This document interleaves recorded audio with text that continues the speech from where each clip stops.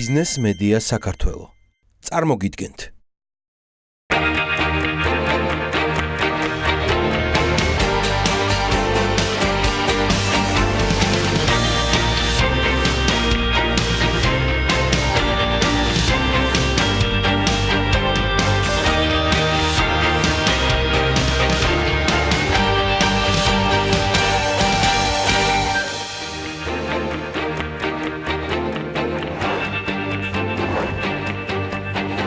დილა მშვიდობისა, რთული დაგზელი სამუშაო კვირის შემდეგ, პარასკევის საქმიანი დილის ეთერს რეიტინგებით გივიწყებ და რაც თავარია ვიქოფებით თქვენთვის საქმიანი დილით. პირველის ეთერში ბიზნეს მედია საქართველოს სახელით მოგესალმებით, მე გიორგი ისაკაძე ვარ, ამ პროექტის ავტორი. Bloomberg მილიარდერების ინდექსის განახლებულ ვერსიას აქვეყნებს და 2017 წლის 26 ოქტომბრის მდგომარეობით რეიტინგში ბიძინა ივანიშვილს 307 ადგილზე ამწესებს. რეიტინგის ლიდერი კვლავ ბილ გეიტსია, რომელსაც ჯეფ ბეზოსი და უორენ ბაფეტი მოყვება, თუმცა Bloomberg-ის რეიტინგის მიხედვით ბიძინა ივანიშვილის ქონება ამჟამად 5 მილიარდ 720 მილიონ დოლარს შეადგენს, ამას Bloomberg ითვლის, ხოლო ერთი წლის წინ კი მათი შეფასება იყო 5 მილიარდ 400 მილიონი დოლარი. აღნიშნული მაჩვენებელი გასული წლის შესაბამის მაჩვენებელზე ამ წლევანდელი არის 5%-ით მეტი, თანხაში ქალბატონებო და ბატონებო ეს არის 275 მილიონი დოლარი. Bloomberg-ს თავისი შეფასების კრიტერიუმები აქვს, Forbes თავისი. მე დარწმუნებული ვარ და იმედი მაქვს, რომ Forbes მიეცემა საშუალება უახლოეს მომავალში განაახლოს ეს მაჩვენებელი და შესაბამისი დაზუსტება შეიტანოს თავის ყველაზე გავლენიან და უნიკალურ რეიტინგში. შემდეგი თემა ასევე რეიტინგულია. US News and World Report-მა, რომელიც 30 წელიწადია წლის საუკეთესო უნივერსიტეტების სიას ადგენს, 2018 წლის საუკეთესო უნივერსიტეტების რეიტინგიც გამოაქვეყნა, კვლევამ 74 ქვეყნის 1250 უნივერსიტეტი მოიცვა. და აღსანიშნავია, რომ ამ სიაში საქართველოს მოხვდა ივანე ჯავახიშვილის სახელობის თბილისის სახელმწიფო უნივერსიტეტს 59,6 ფულით 359 ადგილი უკავია. შედარებისთვის გასულ წელს კვლევაში მხოლოდ 1000 უნივერსიტეტი მონაწილეობდა. კვლევის ავტორები რეიტინგის შედგენისას სხვადასხვა ფაქტორს ითვალისწინებენ, მათ შორის არის სწავლის ხარისხი, აკადემიური პერსონალი, მეცნიერული ნაშრომები, კვლევები, საერთაშორისო თანამშრომლობა, პუბლიკაციები, რეიტინგები, რეპუტაცია და ცხადია უნივერსიტეტის პრესტიჟი. წლევანდელ სიაში ამერიკის შეერთებული შტატები ლიდერობს 221 უნივერსიტეტით და რეიტინგის პირველ პოზიციაზე შეერთებული შტატების ჰარვარდია. შტატების შემდეგ ჩინეთი ლიდერობს, მაგრად უბერავს, მაგრად ხაჩავს ზოგადად ჩინეთი ამ მიმართულებით 126 უნივერსიტეტი და მას მოყვება იაპონია 76 უნივერსიტეტი, დიდი ბრიტანეთი 73 უნივერსიტეტით. აღსანიშნავია, რომ ბრიტანეთს იაპონიამ და ჩინეთმა საკმაოდ სერიოზულად გადაუსწრეს და გერმანია 58 უნივერსიტეტით. US News and World Report-ის 2018 წლის საუკეთესო გლობალური უნივერსიტეტების ტოპ 10-ში კი ცხადია მოხვდა ჰარვარდი, მეორე ადგილზე გავიდა მასაჩუსეტის ტექნოლოგიური ინსტიტუტი, მესამეზე გახლავთ სტენფორდი, მეოთხეზე კალიფორნიის უნივერსიტეტი ბერკლი, მეხუთეზეა ოქსფორდი, მეექვსეზე კალიფორნიის ტექნოლოგიური ინსტიტუტი, მეშვიდე ადგილს იკავებს კემბრიჯი, მერვე ადგილზე კოლუმბიის უნივერსიტეტია, მეცხრეზე პრინსტონი, 10-ს კი კრავს ჯონ ჰოპკინსის უნივერსიტეტი. არა, 10-ს ინაწილებს ის ჯონ ჰოპკინსის უნივერსიტეტი ინაწილებს ვაშინგტონის უნივერსიტეტთან ერთად. ასევე იელთან ერთად, ასე რომ 10-ს კრავს ზუსტად იელი, ჯონ ჰოპკინსის და ვაშინგტონის უნივერსიტეტი. მოკლედ, სიაში მეშვიდე ნომრად მოხვედრილ კემბრიჯის უნივერსიტეტში ჩაბარებას თუ არ გეგმავთ, მის ვებგვერდს შეგიძლიათ მიაკითხოთ და სუპერ საინტერესო მასალაზე ეცდომას მიიღებთ ფიზიკის გამოჩენილმა და აღიარებულმა ვარსკვლავმა პრაქტიკოსმა თუ თეორეტიკოსმა და კოსმოლოგმა და მსოფლიოს ყველაზე ჭკვიანმა და განათლებული ადამიანის სახელით ცნობილმა სტივენ ჰოკინგსმა თავისი 1966 წელს დაწერილი სადოქტორო დისერტაცია უფასოდ ხელმისაწვდომი გახადა დაფართოებადი სამყაროს თვისებების გადმოწერის და წაკითხვის მსურველთა დიდი რაოდენობის გამო კემბრიჯის უნივერსიტეტის ვებგვერდმა ერთი დღის განმავლობაში მუშაობა შეწყვიტა პროფესორ ჰოკინგსის გადაწყვეტილება გაესაჯაროებინა თავისი ნაშრომი არნახული გამოხმაურება, უზარმაზარი გამოხმაურება მოხდა და დისერტაცია 24 საათში 60,000-ზე მეტმა ადამიანმა გადმოწერა. ნაშრომი სამყაროს გაფართოების მნიშვნელობას და შედეგებს შეეხება. ჰოკინგსს იმედი აქვს, რომ მასზე ხელმისაწვდომობის დაშვება ფიქრის შემეცნების და ცოდნის გაზიარების მაგალითიც იქნება. სხვებისთვის კემბრიჯის უნივერსიტეტი კი იმედოვნებს, რომ ჰოკინგსმა შესაძლოა სხვა მეცნიერებით წააქეზოს. ოქტომბრიდან კემბრიჯის ყველა კურსდამთავრებულს თავისი სადოქტორო ნაშრომის ციფრული ასლის წარმოდგენას და გასაჯაროებას მოსთხოვენ. მოკლედ უნივერსიტეტი ასევე ეცდება დაარწმუნოს ყველა თავისი ძველი კურსდამთავრებული, რომელთა შორის 98 ნობელიანტია, ნობელის პრემიის ლაურეატია, რომ ჰოკინგსის მაგალითს მიბაძვა. შედარებით რეალისტურ სამყაროს და მის სტატისტიკას დავუბრუნდეთ.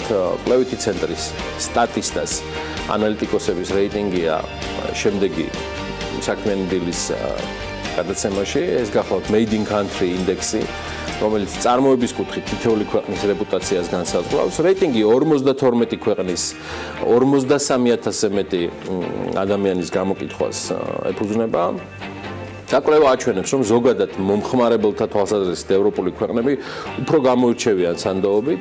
რეიტინგის ლიდერი წელს გერმანია, 10-ული ჰოლანდიამ დახურა, ხოლო 10-ული ისეთმა ქვეყნებმა გააგრძელეს, როგორიც არის ავსტრალია, ახალი ზელანდია, დანია, ავსტრია, ბელგია, ირლანდია, ესპანეთი, სამხრეთ კორეა, სინგაპური, პორტუგალია, პოლონეთი, საბერძნეთი და სხვები. მოკლედ რეიტინგის მიხედვით სამოხმარებლო აღქმის ყველაზე დაბალი ინდექსის მაჩვენებელი ქვეყნებია ინდოეთი, ინდონეზია, უკრაინა, ვიეტნამი, ფილიპინები, ბანგლადეში, ჩინეთი და ირანი.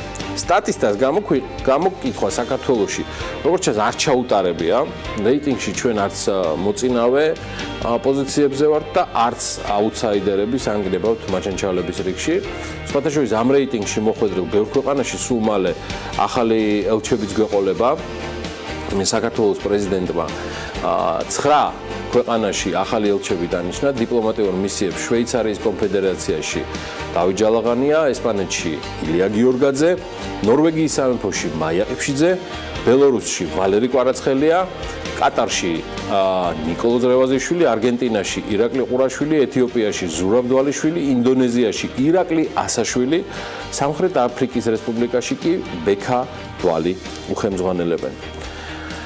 წარმატებებს უსურვებ მათ და ბევრ საქმიან მიზეზს საიმისოთ, რომ აქტიური მონაწილეობა მიიღონ ჩვენ ბიზნეს გადაცემებში და გაგვახარონ შესაძლო საინვესტიციო პროექტებით და მაქსიმალურად გაწიონ საქართველოს ეკონომიკის ელჩობას, პოლიტიკურ ელჩობასთან ერთად. და რადგან მსოფლიო მასშტაბებს გავწვდით, Forbes-ის კიდევ ერთ რეიტინგსაც შემოგთავაზებთ ბარემ და ამით დავასრულოთ შესავალი ნაწილი. ისტორიაში პირველად აზიური ქვეყნის პასპორტი მსოფლიოში ყველაზე ძლიერ პასპორტად დასახელდა. მსოფლიო პასპორტების ინდექსს ყოველწლიურად საკონსულტაციო კომპანია Arton Capital აქვეყნებს 2017 წლის ყველაზე ძლიერ პასპორტად კი სინგაპურის პასპორტი დასახელდა. ასეა. მეორე ადგილზეა გერმანია, რომელსაც შვედეთი და სამხრეთ კორეა მოჰყვება. სინგაპურის პასპორტით უვიზოდ მოგზაურობა მსოფლიოს 159 ქვეყანაშია შესაძლებელი. ტრადიციულად მსოფლიოს 10 ყველაზე ძლიერი პასპორტის მქონე ქვეყნების უმრავლესობაც ევროპული გახლდათ. სიას 2 წლის განმავლობაში გერმანია ლიდერობდა, რეიტინგში ბოლო ადგილებს კი ავღანეთი, პაკისტანი და ერაყი ნაწილებდნენ. ავღანეთის პასპორტით უვიზოდ მოგზაურობა უკვე მსოფლიოს 22 ქვეყანაშია შესაძლებელი. დონალდ ტრამპის გაპრეზიდენტების შემდეგ კი რეიტინგში პოზიციები ცხადია დათმო ამერიკის შეერთებულმა შტატებმა. ამერიკასთან უვიზო რეჟიმი ბოლოს თურქეთმა და ცენტრალური აფრიკის რესპუბლიკამაც გააუქმეს. ამერიკამ რეიტინგში მე-6 ადგილი დაიკავა. აი საქართველო კი რეიტინგში 53 პოზიციაზეა. საქართველოს ქულა 105-ია. 2016 წელს საქართველოს რეიტინგში 58-ზე გახდათ. ჯამში საქართველოს პასპორტით ჩვენ ინფორმაცია გვაქვს უვიზოდ მოგზაურობა 69 ქვეყანაშია შესაძლებელი, ხოლო 36 ქვეყანაში კი ვიზის აღება ქვეყანაში წასვლისთანავე არის შესაძლებელი. რუსეთი რეიტინგში 51 ადგილზეა, თურქეთი 44-ზე, აზერბაიჯანი 63-ზე, ხოლო სომხეთი 62 ადგილს იკავებს. ევროკავშირთან უვიზო რეჟიმით საქართველოს 90,000-მდე მოქალაქე მისარგებლა უკვე. ევროკავშირთან უვიზო მიმოსვლის 6 თვის შედეგები ევროკავშირის წარმომადგენლობის ხელმძღვანელმა საქართველოში იანოშ ჰერმანმა შეაჯამა ელჩის თქმით, მცირეა იმ მოქალაქეების რაოდენობა, ვისაც შენგენის ზონის გადაკვეთაზე უარი ეთქვა. ევროკავშირის მხარე მონიტორინგის ანგარიშს ამზადებს, სადაც უვიზო რეჟიმის შედეგები უფრო დეტალურად იქნება ასახული და მეც ვიმედოვნებ, რომ დღეს არსებული პროგრესი გაგრძელდება. ესე დაგვაიმედა და განაცხადა იანოშ ჰერმანმა. ძალიან ბევრი საინტერესო ამბავი დასტუმრიანობა გველის კიდევ ეს საქმიან დილაში ამისთვის დაგარწმუნოთ. ნახოთ საქმიან დილის ვიდეოანს.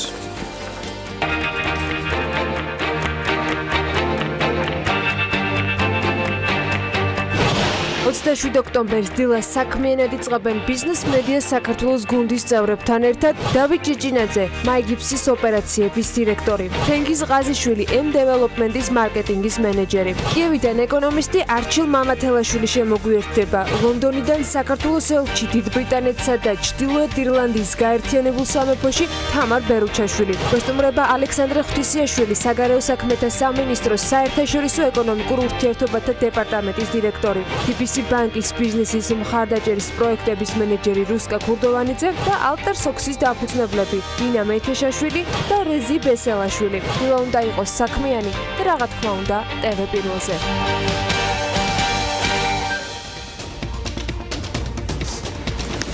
EU for Business ინიციატივის ფარგლებში ევროპის საინვესტიციო ბანკის ჯგუფი საქართველოს, უკრაინასა და მოლდოვას 100 მილიონ ევროს საკრედიტო ხაზს გამოუყობს. ანაკლიის განვითარების კონსორციუმის გენერალური დირექტორის განცხადებით, პორტი პირველი გემის მიღებას მათი ვალდებულების მიხედვით სად წელიწადში შეძლებს. გადაიღეს საქართველოში ფარგლებში უკვე რამდენიმე უცხოური პროექტი განხორციელდა, ინვესტიციის მოცულობამ 15 მილიონ ლარს გადააჭარბა, დასაქმებულთა რაოდენობა კი 1800-ს აღემატება. და ვიდრე ბიზნეს სიახლეებზე გადავალთ, შეხსენებისთვის ფინანსთა სამინისტროს შემოსავლების სამსახური ფიზიკური პირების საყურადღებოდ კიდევ ერთხელ განმარტავს, რომ 1 ნოემბერს იწურება საქართველოს საგადასახადო კოდექსით განსაზღვრული ფიზიკური პირების მიერ ქონების გადასახადის დეკლარაციის წარდგენის ვადა. იჩქარეთ, ხალბატონებო და ბატონებო, ვისაც გეკუთვნით ეს ამბავი, რადგან სხვა დროს შემოსავლების სამსახური ესეთი კეთილი და თავაზიანი არ იქნება. ალბათ არც უნდა იყოს. წარმატებებს უსურვებ გადასახადის გადამხდელებს ამ ქვეყანაში, მათ ვინც ზრდიან ქვეყნის ბიუჯეტს, წარმატებები ქვეყნის ადმინისტრატორებსაც და განსაკუთრებით მანც, ვინც ყველაზე მეტად უფრთხილდება გადასახადის გადამხდელთა თანხებს და შენატანებს ბიუჯეტში. წარმატებებს უსურვებ ანა ლაპიაშვილს, რომელიც ახლა შემოგვიერთდება და როგორც იქნება დამშვენდება საქმიანი დილის სტუდია, ჩემი რეიტინგული, რეიტინგებზე უკაცრავად ემოპატიებ, რეიტინგებზე პროლოგის შემდეგ. მშვიდობის გიორგი, სხვათა შორის ფინანსთა სამინისტროს ამ განმარტებას დავამატებდი, რომ თუ კი ვინმე სჭირდება დამატებითი ინფორმაცია შესაბამის ინტერესიდან გამომდინარე, გადასახადის გადამხდელთა ინტერესის გათვალისწინებით, მათ შორის ფინანსთა სამინისტროს შემოსავლების სამსახური დეტალურ განმარტებას ფიზიკური პირების მიერ ქონების გადასახადის გამოანგარიშებისა და გადახდის წესის შესახებ საკუთარ ვებგვერდზე აკეთებს და დამატებითი დეტალები და ინფორმაცია, ასევე საჭიროებები, რომელიც მათ გააჩნიათ, შეუძლიათ სწორედ იქ ნახონ.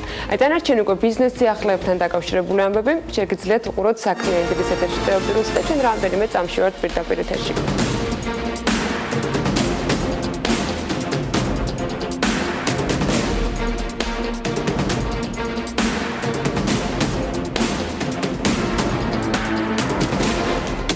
for Business ინიციატივის ფარგლებში ევროპის საინვესტიციო ბანკის ჯგუფი საქართველოს, უკრაინას და მოლდოვას 100 მილიონ ევროს საკრედიტო ხაზს გამოუყოფს.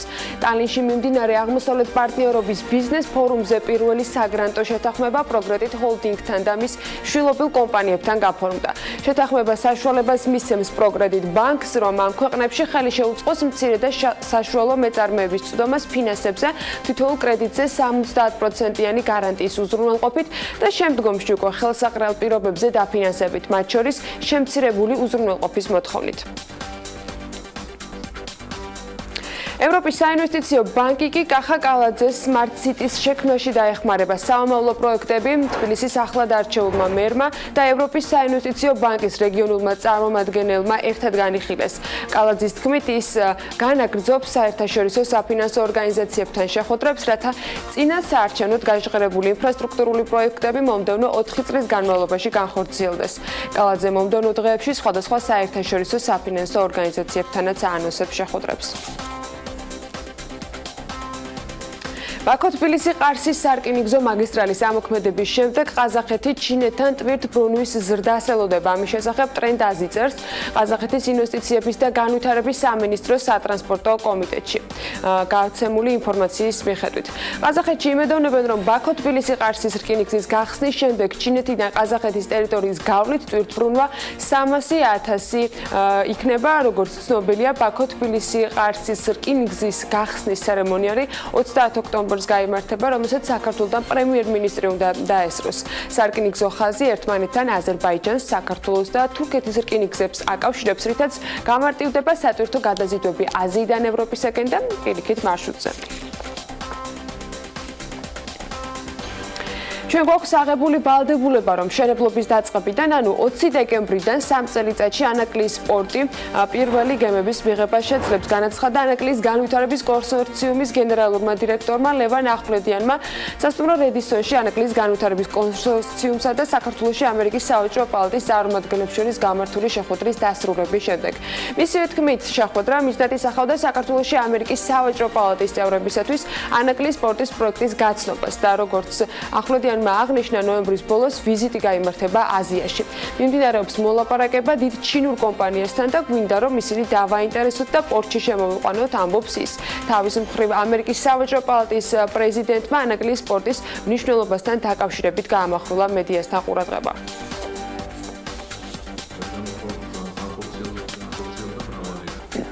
კომპანია თელასმა 2017 წლის 9 თვის ოპერაციული მაჩვენებლები გამოაქვეყნა. 2017 წლის 9 თვის მონაცემებით კომპანია თელასმა აღნიშნა, რომ 2 მილიარდ 159 მილიონი კილოვატ-საათი ელექტროენერგია მოიხმარა, რაც 7.6%-ით აღემატება 2016 წლის 9 თვის მონაცემების მოცულობას. ელექტროენერგიის მოხმარების მოცულობის მატება ქალაქის ინფრასტრუქტურის განვითარებამ და მომხმარებელთა რაოდენობის ზრდამ გამოიწვია.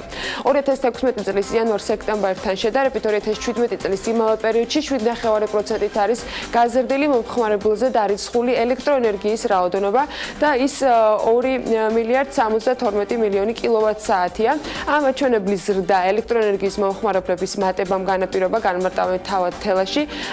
ასევე აღნიშნულია, რომ აბონენტთა რაოდენობა 2017 წლის 9 თვეში 2016 წლის ამავე პერიოდთან შედარებით 4.9%-ით გაიზარდა და 598,000 აბონენტი შეადგინა. საქართველოში ხორცის წარმოების და ფერმის მოწყობის საკითხებზე საფრანგეთის მსხვილფეხა საქონლის გენეტიკური განვითარების ინსტიტუტის მიერ მომზადებული კვლევის პრეზენტაციას სოფლის მეურნეობის მინისტრის მოადგილე ესწრებოდა. 1 წლის განმავლობაში ფრანგი სპეციალისტები ქვეყანაში მეცხოველეობის სეგმენტის განვითარებას სწავლობდნენ. ამ კვლევის შედეგების საფუძველზე კი ბაზარზე წარმოების ზრდის კუთხით სპეციალური რეკომენდაციები შემუშავდა. სპეციალისტების დასკვნაში გაანალიზებულია მესაქონლეობის სფეროში საქართველოში არსებული მდგომარეობა და მეცხოველეობის სეგმენტის ბაზარზე პოზიციონირებასთან დაკავშირებული პერსპექტივა. ასევე დაგეგმილია საპილოტო პროექტის განხორციელებაც, რომლის ფარგლებშიც ქვეყანაში 2 ფერმის მოწყობაა დაგეგმილი, სადაც ფრანგი სპეციალისტები სწავლების კურსებს ჩაატარებენ და ადგილობრივ ფერმერებს დაავადებების კონტროლის ფრანგულ გამოცდილებას გაუზიარებენ. ქართული და ბელარუსული ბიზნეს ურთიერთობების გაღრმავება იგეგმება. საომავლო აქტივობები კი საქართველოს დამსაქმებელთა ასოციაციამ ქვეყანაში ბელარუსის ელჩი მიხეილ მიატლიკოვთან შეხვედრაზე დაგეგმა. ასოციაციის ინფორმაციით უახლოეს მომავალში დამსაქმებელთა ასოციაციის და ბელარუსის საელჩოს ორგანიზებით დაიწყება ბიზნეს დელეგაციების ვიზიტი ორივე მიმართულებით. ასევე განხილული იყო საქართველო-ბელარუსის ბიზნეს საბჭოს შექმნის იდეა, რომლის განხორციელებაზე მუშაობაც ახლო მომავალში დაიწყება.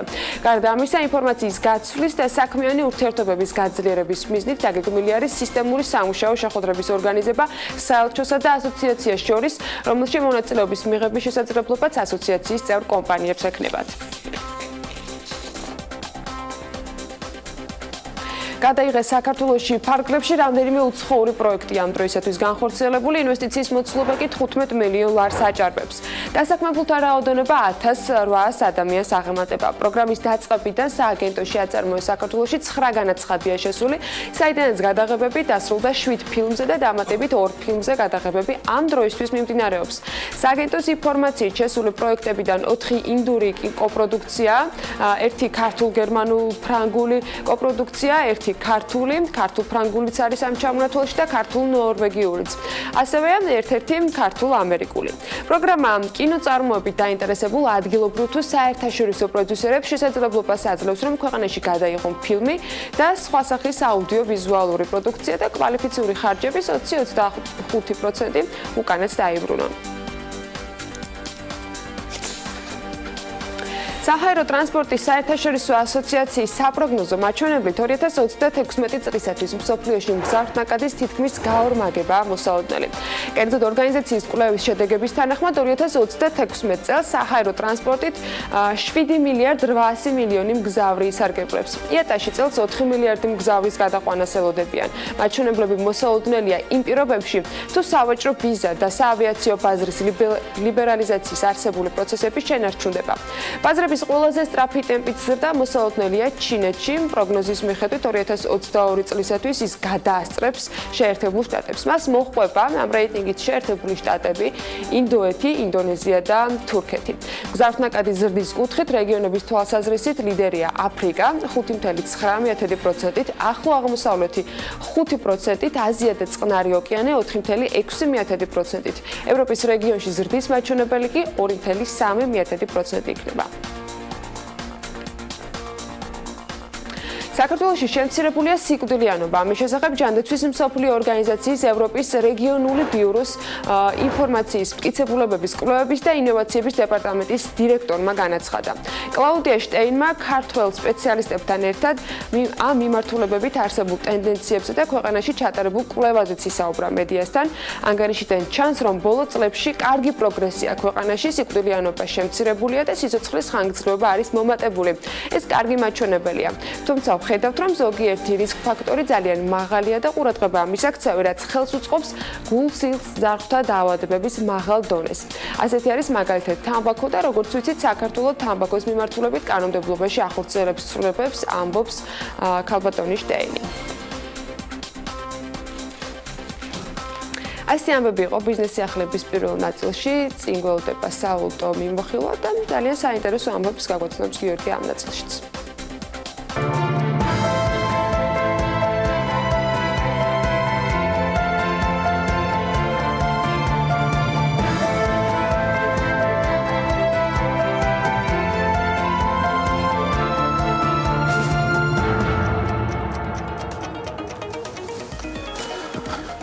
მინდა რომ კარგი ამბები იყოს, ანა, გეთანხმები, მაგრამ ლარს ამ ეტაპზე საამაყო არაფერი არ აქვს. მე ის გამოთქვა ვიმეც, რომ ეს დროებითია. ეროვნული ბანკის მიერ გამოქვეყნებული ვაჭრობის შედეგი დოლარი კიდევ გაგვიძვირდა და მისმა ფასმა 2 ლარი და 55 თეთრი შეადგინა. ცვლილება თითქმის ერთდღიანი იყო. აი ევრო კი მართლა რეკორდებს ხსნის 3 ლარი და 1 თეთრი ღირს, აქ ცვლილება თითქმის 3 თეთრიანია, გაუფასურდა თურქული ლირა და 67 თეთრად შეიძენთ. ფუნტის ფასი კი 3 ლარი და 27 თეთრია. ამასობაში სხვა სტატისტიკაზე გადავიდეთ. სექტემბერში საქართველოში საარსებო მინიმუმი გაიზარდა და შრომისუნარიანი ასაკის მამაკაცის საარსებო მინიმუმმა 168 ლარი და 8 თეთრი შეადგინა, უკაცრავად 80 თეთრი შეადგინა. საქსტატის მონაცემებით წინა თვესთან შედარებით საარსებო მინიმუმი ლარი და 40 თეთრით გაიზარდა, წლიურად კი 11.5 ლარით, საშუალო მომხმარებლის საარსებო მინიმუმი კვლავ 159.5 ლარია, ხოლო საშუალო ოჯახის საარსებო მინიმუმი სტატისტიკის დეპარტამენტის გავლით 283 ლარს და 20 თეთრს შეადგენს. საარსებო მინიმუმი უკვე ოჯახის ტიპების მიხედვით რომ გავსაზღვროთ, ასე გამოიყურება სტატისტიკის სამსახურის მიერ გავრცელებული ინფორმაცია.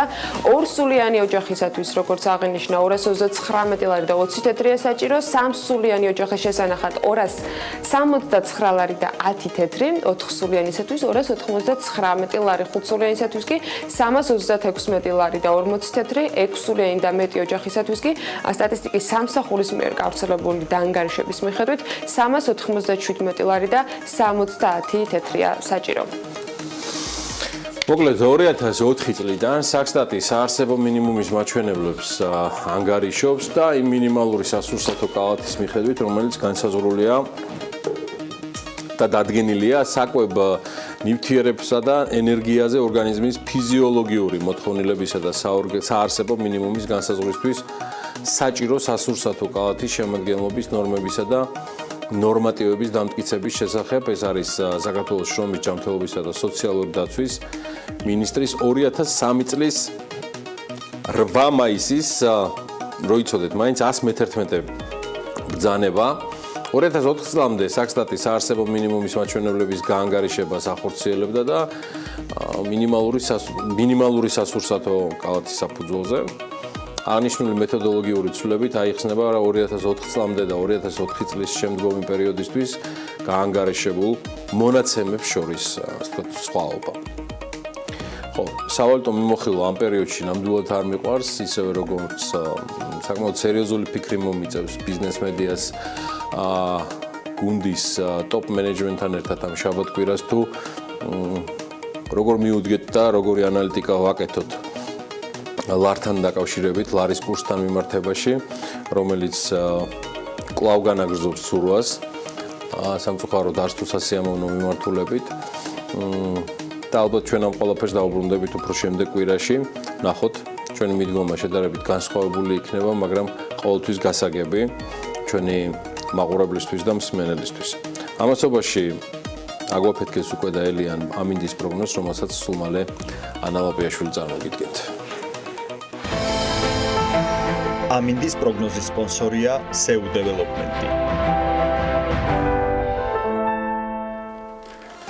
გარემოს ეროვნული სააგენტო კი გვატყობინებს, რომ ამინდი საქართველოში დღეს განპირობებული იქნება შავი ზღვის ჩრდილო-დასავლეთიდან მოქმედი გრილი და სამხრეთიდან გადმონაცვლებული თბილი ჰაერის მასების ურთიერთმოედებით. შესაბამისად, მოსალოდნელია დრო გამოშვებით ღრუბლიანობის მომატებაც დასავლეთ საქართველოს უმეტეს და აღმოსავლეთ საქართველოს ზოგიერთ რაიონში კი იწვიმებს და თან ელჭექით.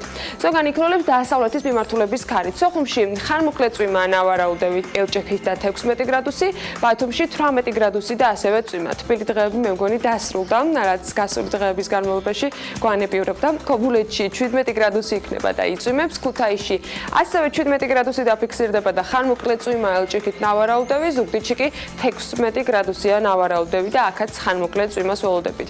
ოზურგეთშიც მცირე წვიმა მოსალოდნელი და 17 გრადუსი დაფიქსირდება, ონში კიდევ უფრო გრილა და 11 გრადუსია ნავარაუდევი და მცირე წვიმა. გორში ელჭექთან ერთად ხანმოკლე წვიმას ვარაუდობენ შესაბამისი სინოპტიკოსები და 18 გრადუსი. ცხინვალში 17 გრადუსი იქნება, მარნეულში უმეტესად უნალექოთ ჩაივლის დღე და 21 გრადუსია ნავარაუდევი.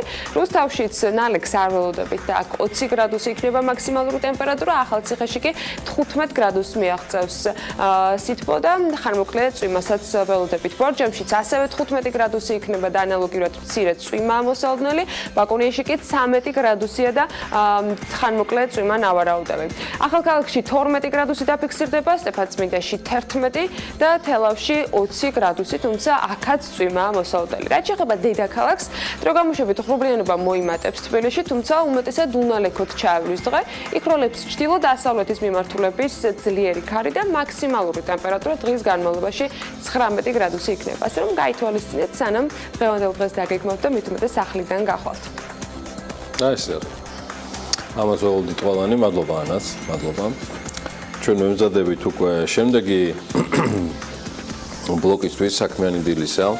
სრულ მზადყოფნაშია პირველზე ბიზნეს მედია საქართველოს დანარჩენი გუნდის დანარჩენი წევრები, საიმისოდ რომ დღის განმავლობაში წარმოგიდგინოთ სუპერ საინტერესო ქალების ნარატივი, რომელიც არაჩვეულებრივი King David-დან აკეთებს დღეს ტრანსლირებას. ფაქტიურად ჩვენი სტუდია ერთ-ერთი გადავიდა King David-ში და ამით ძალიან ვხარობ და წარმატებები უსურვო არაჩვეულებრივ გუნდს, რომელიც ამ კომპლექსს იწვევს მენეჯმენტს. და მერე ცხადია იქნება საქმის კურსი, რომელსაც დღეს თუ გამოკეთდა და ეჭვმეპარება. მინდა რომ მასაჯამთოობა უსურვო წარმოგიდგენთ ბექაბაციკაძე თუ არა და დათო ჯალაღონია, რომელიც კრებს და კრებს როგორც მომხრეებს და ასევე მიმდევრებს და მას ძალიან კარგად გამოსდის გადაცემის გაწყვეტა. კვლავ ამაყებს დღევანდელი საქმის კურსით 3 საათზე და საღამოს 11:30-ისთვის. დიდი მადლობა ყველას თქვენ ესეთი ყურადღებისთვის და გამოხმაურებისთვის. წარმატებულ დღეს გისურვებთ და გველოდეთ. ეხლა შემოსავლების დრო, რომელსაც ცხადია თქვენ გისურვებთ და მოვაპატიეთ, მაგრამ უფრო მეტად დავები, რომელსაც ეხლა მინდა რომ დღევანდელი დღის შემოსავლები ამ სარეკლამო ბლოკით გავხსნა. დროებით.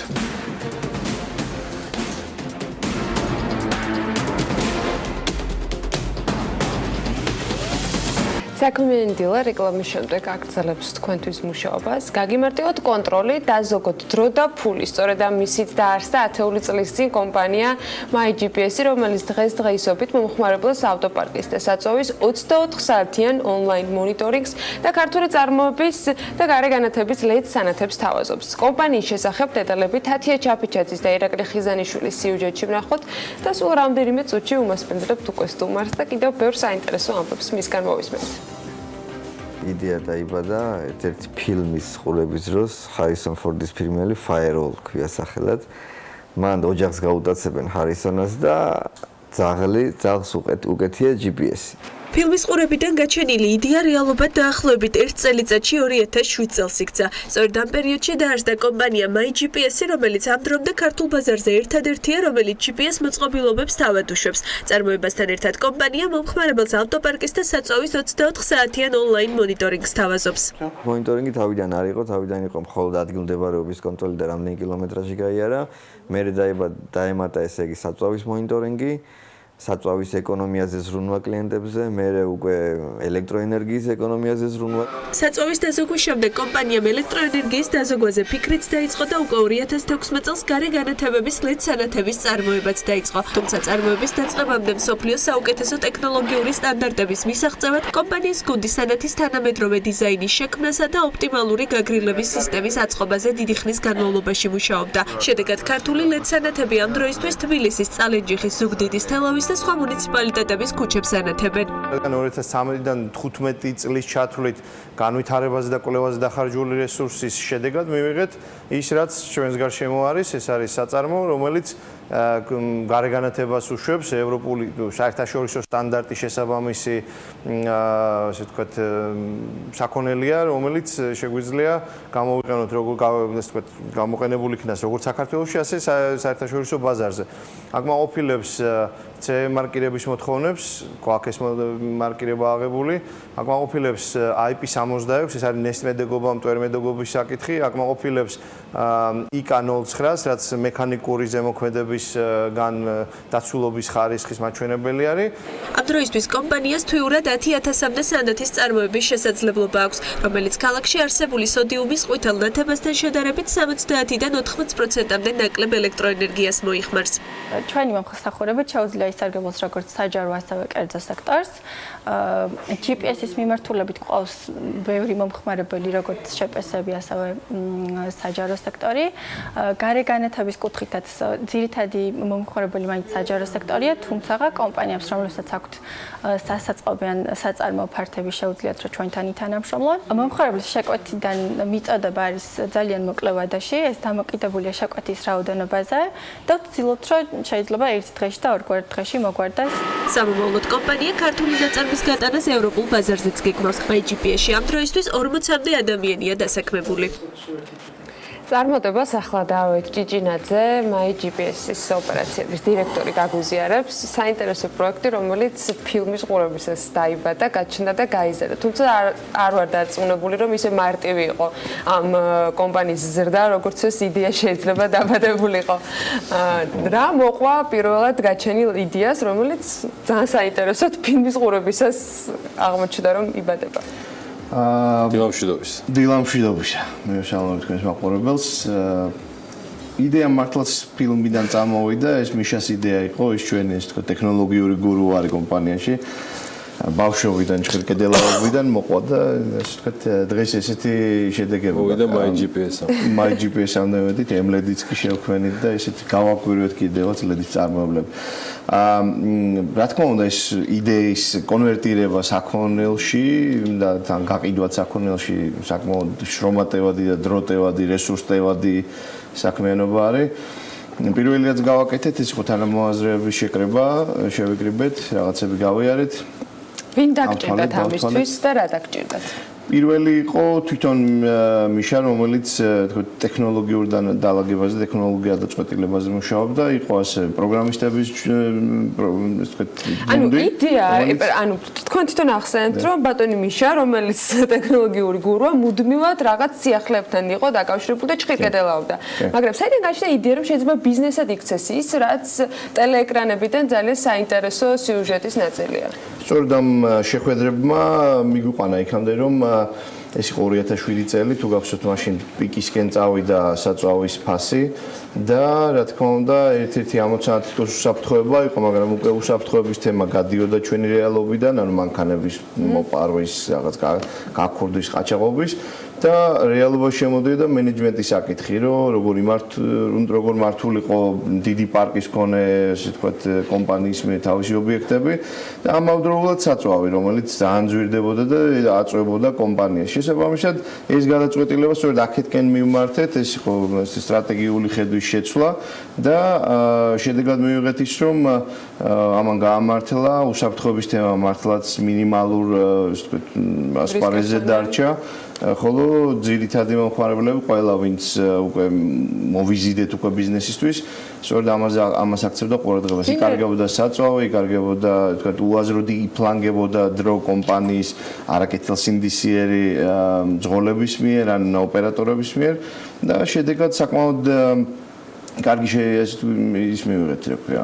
მარტივი იყო კომპანიებისათვის ამ შეთავაზების აუცილებლობაში, მის გამოყენების აუცილებლობაში დარწმუნება, როდესაც პირველად შექმნით პირველი პროდუქტი და მიხვედით დიდ კომპანიებთან, რომ ბიზნესიდან წამოსულ მოთხოვნებს სწორად დახვდა MyGPS-ი და მისი გუნდი, იმიტომ რომ იქ შეიძლება არ იყო იქ იყო აშკარად მენეჯმენტის ახალი გამოწვევა რა, რომ ქართულ სისტემებთან დაკავშირებით ყოველთვის არსებობს ხოლმე სკეპტიკური გამოკიდებულება. სკეპტიკური ახლა შეიძლება ქონოდათ, რომ გამოხდნენ ახლა ვიღაცა მემოპატიოს რა, დათომ და მისმა პარტნიორებმა და ჩვენ არა, ჭირკედელები არა, ორთოდოქსები, რომელიც ჩიპებზე 1000 სისულელეს ლაპარაკობენ და ყველანაირ პროგრესს და განვითარებას უშლიან ხელს. სხვაგან ხართ უკაცრავად ამ გადახვევისთვის და ჩვენ მაინც დაგვანებეთ თავებს, ვისაც რაღაც განვითარება უნდა. ანა, შენ გიბრუნდები ახლა. მე მომმართეთ თუ რაღაცა არის და არ ვიცი რაც გინებოდა. ეს იქნებოდა დარწმუნებული ვარ ბიზნესის გამოწვევა. ეს იყო კარგი პერიოდი, როცა მიდიოდა და აი დამეთანხმება და თუ ეკონომიკა ძალიან ზევით, რასაც ვერ ვიტყვი ერთი წლის თავზე, როცა ომი დაიწყო და ყველა ჩამოვიშალეთ, მაგრამ ბანკებს, მოკლედ, მსხვილი ავტოპარკის და შედარებით მსხვილი ინფრასტრუქტურის მხოლოდ ბიზნესებს ჭირდებოდა კონტროლის ეფექტური მექანიზმები. კონტროლი იყო საწვავი და კონტროლი არის ასევე მძღოლები, კონტროლი არის მთელი ეს ინფრასტრუქტურა რა. კარგით, მაშინ როგორ დავუმატებთ საინტერესო მე ლედზე დანათებას ჯერ ამაზე ვისაუბრებ. წარმატებულ кейს მოვიყვანდი 2009 წელს იყო რკინიგზას ჰქონდა ძალიან დიდი გამოწვევა. რკინიგზა არის ძალიან დიდი საწვავის მომხმარებელი. თმომავლები ყავთ ადგილობრივი გადაადგილება ამ შემადგენლობების და ძალიან დიდი საწვავი ხარჯებოდა და ერთ-ერთი ჩვენ მიერ შეთავაზებული მათზე მორგებული, ასე ვთქვათ, გადაწყვეტა, რომელიც შეთავაზეთ, იმ საკმაოდ მისაღებ ფასებში თუ ამ ნაწილსაც აღნიშნავ. იმავე წელსვე მათგან დაგვიდასტურდა, რომ ერთი წლის განმავლობაში სადღაც 1.5 მილიონამდე ლარის ეკონომია მისცა მხოლოდ კონტროლის გაუმჯობესებამ. ეგ რომელი წელია? 2009 წელს. თითქმის არასრული, მაგრამ $1,000,000 არ არის $1,000,000, მაგრამ თითქმის $1,000,000. ანუ სადღაც 3 გადამოიღო, გადახდილი 4 გადამოიღო, გადახდილი თან. აი თვითონ რა შეცვალეთ 2007 წლიდან დღემდე იმ ტექნიკაში და რამდენად ან თქვენი გადმოსახედიდან რამდენად გაიზარდეთ, რამდენად დაიხვეწა და რა შესაძლებლობებს იძლევა დღეს GPS-ი? GPS-ების კუთხით ვიტყოდი ერთ რამეს, რომ თავიდან ბოლომდე ეს არის ქართული ინჟინერია, ჩვენი გადაწყვეტა არის, რა თქმა უნდა, ეხა კომპონენტები გამოყენებულია სხვა, მაგრამ ეს ამ კომპონენტებით რა სიმფონია უნდა დაიწეროს, ეს ჩვენი გაკეთებული არის და ამით ვამაყობთ. მათ შორის პროგრამული უზრუნველყოფა, რომელიც არა მარტო hard-ია, ესე ვთქვათ, ძირითადი მოწყობილობა, არამედ soft-ი, რომლითაც ეხა უყურებდით, როგორ აკვირდება მომხმარებელი ობიექტის გადაადგილებას, ეს ყველაფერი არის ქართული. და რა თქმა უნდა ჩვენ ტექნოლოგიურ განვითარებას ფერხულში მივყვებოდით იმის რომ შეგვენარჩუნებინა ხარისხი და ფასის ადეკვატურობა ერთმანეთთან და დღის მდგომარეობით შეგვიძლია საწვავის მოხმარების ოდენობა ვაკონტროლოთ თითქმის გრამის დონეზე შვეიცარიული კომპანიის ერთ-ერთ კომპონენტს ვიყენებთ. შეგვიძლია სიჩქარის, მოძრაობის, ისტორია მოძრაობის, ანგარიში მისი, ასე ვთქვათ, ბუღალტერიისთვის, ეგ ბუღალტერიაში საჭირო საწვავის ჩამოწერის რაღაც აქტები, რაღაცები, ეს ყველაფერი გავუმარტივოთ მომხმარებელს. და ცალსახად ამ სისტემებით შესაძლებელია როგორც კარგი გაგებით მონიტორინგი, რომ სად ხდება, რა ხდება, მეორე მხრივ ნებისმიერ კერძო თუ საჯარო სტრუქტურას აძლევს ინსტრუმენტს, რომ გამოავლინოს არაკეთილსინდისიერი მის საკუთრებაში ან საჯარო საკუთრებაში არსებული რესურსის მიზნობრიობა ამ რესურსის გამოყენების. ცალსახად შეუძლია ეს გააკეთოს. და ვიტყოდი, რომ ლიდერები ვართ საქართველოში ამ მიმართულებით. არის კიდევ მცდელობა რომ რაღაცები დავხვეწოთ, მაგრამ მაინტერესებდა ბაზარზე რამდენად ყავთ კონკურენტები. კონკურენტული უპირატესობა გავიგე და ძალიან ვხარავ და მე ამაყება თქვენთან ერთად ქართული ინჟინერიის პროდუქტი რომ არის ეს და მეორეს მხრივ დავით მაინტერესებს ბაზარზე რა სიტუაციაა სხვა კუთხით, ანუ ადგილი აქვს თუ არა იმპორტულ საქონელს აქ და მათი დამენეჯმენტებას და დარწმუნებული ვარ, რომ ახალ ტექნოლოგიებში ამ ძალიან ულმობილ სივრცეში თქვენ მონოპოლისტი არ ვერ იქნებით. არა, ვერანაირად, ყველა ბიზნეს უნდა აქეთკენ ისწრაფოს და თუმცა, რა თქმა უნდა, ჩვენ ჯანსაღი კონკურენცია და ამითი ვახცევთ დომინაციას და ეს ჩვენ ხარისხზე და ტონუსში გვამყოფებს მოდივარ და ამიტომ ამაში ცუდი არაფერი არ არის, ჩვენ მზად ვართ ნებისმიერ გაუმწვევს რაღაცნაირად გავუმკლავდეთ. ვიტყოდი რომ საკმაოდ ჯანსაღი ორი კომპანია არსებობს, რომლებიც ამ სფეროში მოქმედებენ. ჩვენ შემდეგ შემოვიდნენ და ისე ვთქვათ მენეჯმენტის კუთხით მოგვიანებით დაიწყეს ფიქრი და უცხოელებმა სცადეს, იყო 2-3 კომპანია, იყო თურქული კომპანია, იყო ევროპული ერთი კომპანია და იყო თუ არ ვცდები უკრაინული კომპანია, რომელსაც და ქართულ ბაზარზე იგივე მომსახურების შემოტანა, მაგრამ ჩვენმა ადგილობრივმა უპირატესობებმა, ასე ვთქვათ, ჯეოსელმა და დიისი ბანკმა როგორ მიგაგნეს, როგორც ესე თქვენ აგნებთ ხოლმე თქვენი ტექნოლოგიების საშუალებით ყველასთან. ამ დაჯილდოებაში მონაწილეობა 10 წლის კომპანიისათვის ეხლა რატომ? მე შევიტყოდი რომ პირველ რიგში ეს არის ძალიან კარგი წამოწყება, ამიტომ რომ ხედავ როგორც კი ეს ადამიანები ერთად იკრიბებიან, შარშანაც მონაწილეობა მივიღეთ და 550 კაცი ერთად შევიკრიბეთ რომს ჰოტელში და განცდა იმისა რომ ამ ქვეყანაში რაღაც ახალი ხდება, ძალიან ბევრი ახალი სახეები, ახალი სახეები როგორ ახალგაზრდები. ზუსტად ახალი სახეები ბიზნესში. ხო, კი, რა თქმა უნდა.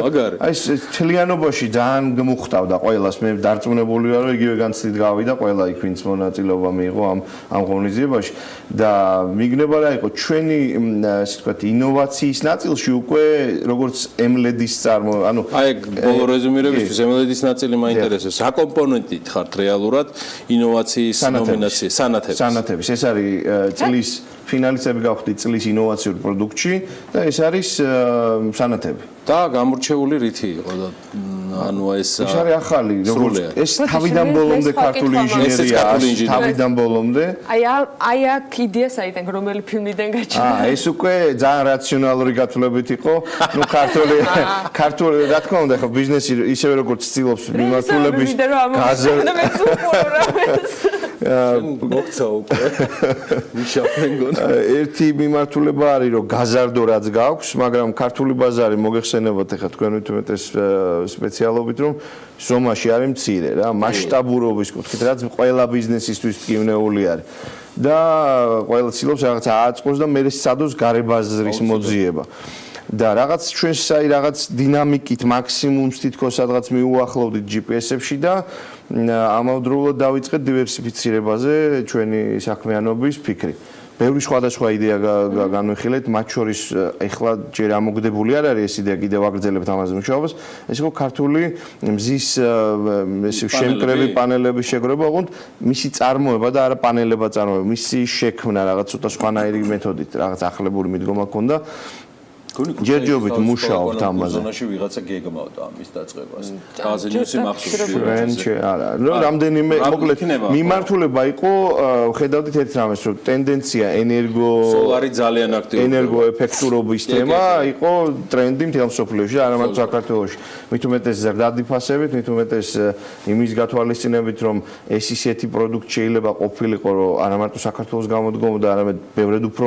და ეს ლედსანათები გახდა მიგნება ჯეოსელისთვის და TBC-ისთვის. კი ბატონო, ამითი წავდექი, ასე წარმოადგინეთ ჩვენი პროდუქტი, ამით დავრეგისტრირდით ამ ნომინაციაში ქართული პროდუქტის და ამავდროულად ინოვაციური პროდუქტი. აი ამ ნომინაციაში მივიღეთ მონაწილეობა და წელს გაგვიმართლა ეთყობა ჟიურიმ შეგვარჩია. ძალიან დიდი პატივია რომ ამდენ მე ვიცი რომ 660-მდე მონაწილე არის წელს. 600 გადასთა მეც გიდასტურებთ, ეგ მახსოვს უკვე. დაახლოებით ხო, ნუ ყოველ შემთხვევაში ესეთი იყო და ცალსახადი ხა ამდენ მონდომებულ ადამიანს შორის ჩვენი პროდუქტიც რო შეერჩა, რა თქმა უნდა ძალიან დიდი პატივია და წარმატებები MyGPS. ამ შემოდგომის ფილმებს და ჩაუჯდე. ჩაუჯდე. დავით ჭიჭინაძე გსტუმრობდა, იგი ოპერაციების დირექტორია MyGPS-ის, ფინალისტია. ბიზნეს დაჯილდოებისა, ინოვაციის ნომინაციაში კომპანიამ LED განათებების თემით წარდგა. თავად MyGPS-ზე სასიამოვნო საუბარი სწორედ იმის გამო შედგა, რომ დავითი წარმოადგენს კომპანიას თავისი 10 წლიანი ისტორიით და ძალიან კარგი სიუჟეტი შეგვიკრა. შესავლის სახით თათია ჩაფიჩაძემ, მადლობა მასტუმრობისთვის. წარმატებები ყველას, მადლობა ჯეოსელს და TBC ბანკს, რომ აი ესეთ გარემოში გვამყოფებს და გვაცნობს არც თუ ახალ შეიძლება პორტფოლიოდან გამომდინარე მეწარმეებს, მაგრამ ნამდვილად დავესესხები დავით ჭიჭინაძეს ახალ სახეებს, რომლებიც ავანგარდში იქნებიან სულ მალე ქართული ბიზნესისა. დინოზავრები ცხადიან, უგადაშენდებიან, უნდა იყვნენ, მაგრამ ჭირდება რაც შეიძლება მეტი ახალი სახე ბიზნესში. წარმატებები ქართულ ბიზნესს, წარმატებები TV პირველს, რომელსაც შემოსავლების დრო აქვს ახლა, მეტი რეკლამა TV პირველზე. მადლობა დიდი. წარმატებები.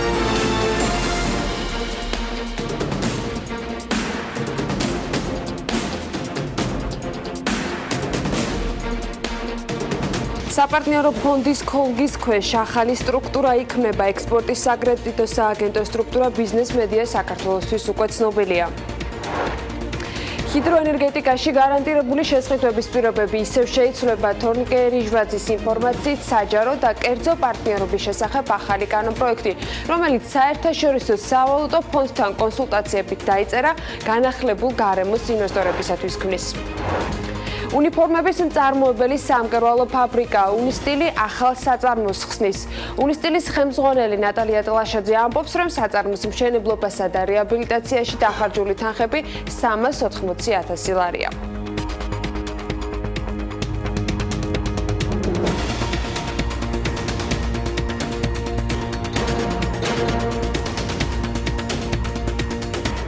ბიზნესი ახლებით ვართ პირდაპირ ეთერში. ექსპორტის ხელშეწყობის სააგენტოს ჩამოყალიბების სტრუქტურა უკვე ცნობილია. საპარტნიორო ფონდის მიერ ბიზნეს მედია საქართველოსთვის მიწოდებული ინფორმაციის თანახმად ფონდი ჩამოაყალიბებს შვილობილ სტრუქტურას სადაზღვაო კომპანია საქართველოს ექსპორტის საკრედიტო სააგენტოს. სააგენტო კი თავის მხრივ ჩამოყალიბდება სააქციო საზოგადოების ფორმით და იქნება სადაზღვაო რეგულირების ქვეშ. ფონდის ხელმძღვანელის მოადგილემ განმარტა, რომ პირველ ეტაპზე სააგენტოს საქმიანობა მოიცავს ექსპორტის საკრედიტო საკრედიტო დაზღვევას და გარანტიების გაცემას. ფონდი თავის მხრივ სააგენტოში 20 მილიონი დოლარის ინვესტიციით შედის. სტრუქტურა პრაქტიკულად უპასუხებს ორ პრობლემას, რის წინაშეც დღეს დგანან ჩვენი ექსპორტიორები. ეს პირველ რიგში არის საბრუნავი საშუალებების ნაკლებობა, რის გამოც სწრაფად ვერ ზრდიან მიწოდებას და მეორე ეს არის გარკვეული რისკები, რომელიც დაკავშირებულია იმ ქვეყნებთან, სადაც ხდება პროდუქციის ექსპორტი, იმ ქვეყნებთან და იმ მყიდველებთან, ვინც არ იმყოფება საქართველოში. აი ამ ორი პრობლემის ადრესირებას გააკეთებს ეს სააგენტო, ანუ გამოყოფს დამატებით გარანტიებს რის საფუძველზეც და რისი უზრუნველყოფითაც ექსპორტიორები შეძლებენ მეტი საბრუნავი კაპიტალი მოიზიდონ ბანკებიდან და მეორე დააზღვევს მათ კონტრაქტებს იმპორტორებთან, მათ შორის პოლიტიკური რისკებისაგან, კომერციული რისკებისაგან და სხვა ასეთი ტიპის რისკებისაგან. ამისთვის საპარტნიორო ფონდი გამოყოფს პირველ ეტაპზე 20 მილიონ დოლარს, რაც ჩაისხმება, ასე ვთქვათ, ამ სააგენტოში და გარდა ამისა ფინანსთა სამინისტრო გარკვეულ გადაზღვევას მოახდენს საბიუჯეტო ასიგნებების ფარგლებში. სააგენტოს ფუნქციონირებას, რა თქმა უნდა, ახლავს რისკები და შესაბამისად ნათია თურნავასთან დაიშვა კითხვა, რამდენად ეფექტიანად იქნება ათვისებული სააგენტოს ბიუჯეტი და რა ეფექტს მოიტანს ექსპორტიორი კომპანიების ხელშეწყობის მიზნით შექმნილი ახალი სტრუქტურა. კითხვაზე საპასუხოდ ის ამბობს, რომ სააგენტოს ყველა ფისკალური რისკი გადაზღვეულია. აი გარანტია იქნება ბანკებთან ექსკლუზივი საშუალება ექნება თვითონ ამ სააგენტოს ამოცანა მათ შორის დაზღვევის ნაწილში არის ის, რომ გადმოიზიაროს, ასე ვთქვათ, გაიზიაროს ექსპორტიორის რისკები. შესაბამისად, დაზღვევას, როგორც ნებისმიერ დაზღვევას, ასევე ექსპორტის საკრედიტო დაზღვევას ახლავს გარკვეული რისკები. ამ რისკების წინასწარ გათვლის მექანიზმი ჩვენ საჩემ დაგვიტოვა, ასე ვთქვათ, ანუ ამ თვალსაზრისით ჩვენ ვართ ცოდნით შეაღებულები, ის არ აღემატება გარკვეულ დასაშვებ ნორმებს. გარდა ამისა, მინდა ვთქვა, რომ ამდენი დრო წაიღო, ასე ვთქვათ, ამ პროდუქტებზე მუშაობა იმის გამოც, რომ სავალუტო ფონდი და ფინანსთა სამინისტრო შესაბამისად იყვნენ ძალიან დეტალებში ჩართულები და მათთან ერთად და მათი ექსპერტიზის ქვეშაც გავიარეთ ჩვენ ეს ყველა ცვლილება.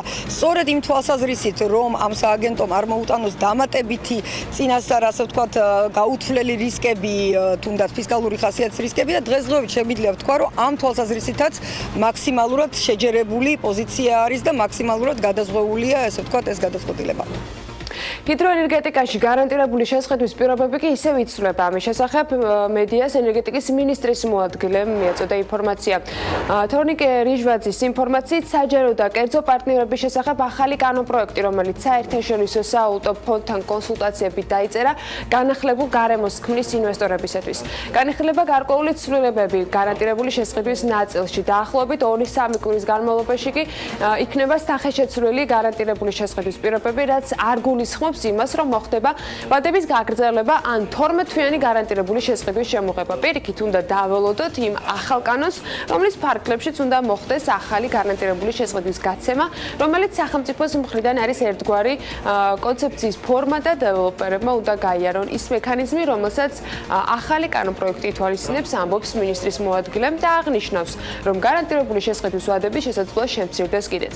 რაც შეეხება ელექტროსექტორის წარმომადგენლების ინიციატივას, რომელიც ენერგეტიკული პროექტების მშენებლობისთვის საჭირო კომპონენტების საქართველოში წარმოების შემთხვევაში გარკვეულ წახალისებას გულისხმობს. რიჟვაძე დადებითად აფასებს, თუმცა მისი გამოყენებისათვის ის წინაპირობებს ვერ ხედავს.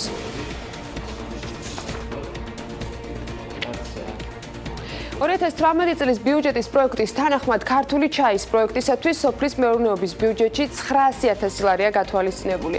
ბიზნეს მედია საქართველოსთან საუბრისას სოფლის მეურნეობის პროექტების მართვის სააგენტოს ხელმძღვანელი აღნიშნავს, რომ პროგრამა საკმაოდ პოპულარულია და მის ფარგლებში უკვე რეაბილიტირებულია 500 ჰექტარამდე ჩაის პლანტაცია.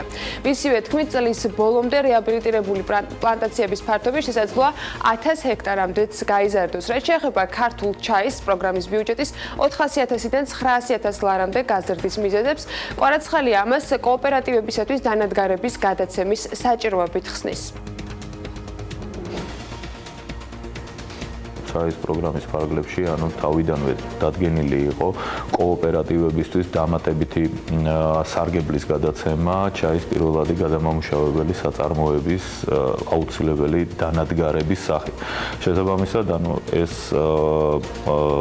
ასახულია უკვე ბიუჯეტირებაში და მათ შორის მომავალი წლის ბიუჯეტიდან ის კოოპერატივები, რომლებიც პირველ წელს მიიღეს მონაწილეობა და მათი პლანტაციები უკვე რეაბილიტირებულია და უკვე დრო უწევთ ჩაის მოსავლის მიიღებენ ამ პროგრამის ფარგლებში იმ სარგებელს, რომელიც თავიდანვე გათვალისწინებული იყო. ანუ მომავალი წლის ბიუჯეტი არ არის შემოფარგლული მხოლოდ რეაბილიტაციისათვის გაწეული ხარჯებით. გუდაურში რედისონის სასტუმროს გახსნა 1 წლით გადავადდა. პროექტი, რომელსაც კომპანია რედგო ახორციელებს, გულისხმობს 200 ნომრიანი სასტუმროს და 400 ნომრიანი აპარტამენტების მშენებლობას.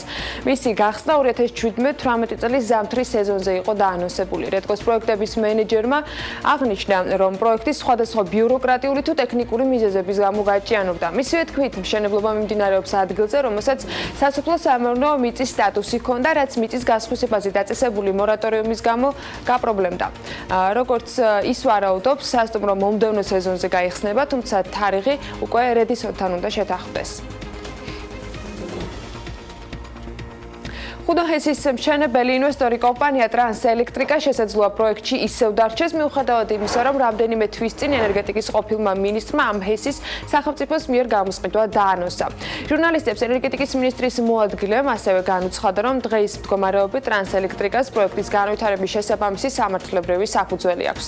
აქტიური კონსულტაციები კი მიმდინარეობს და იმ შემთხვევაში, თუ გადაწყდება ტრანსელექტრიკას მიერ პროექტის შემდგომი განვითარება, რა თქმა უნდა, შესაბამისი ცვლილებები აისახება, მაგრამ წინასწარი ინფორმაციით დაახლოებით მომდევნო წლის დასაწყისში ხუდონთან დაკავშირებით საბოლოო სტრატეგია იქნება და არ არის გამორიცხული, რომ სახელმწიფოს მონაწილეობით განვითარდეს, თუმცა შესაძლოა ის ტრანსელექტრიკას მიერ იყოს მხოლოდ ძირითადი დეველოპმენტით წარმოდგენილი.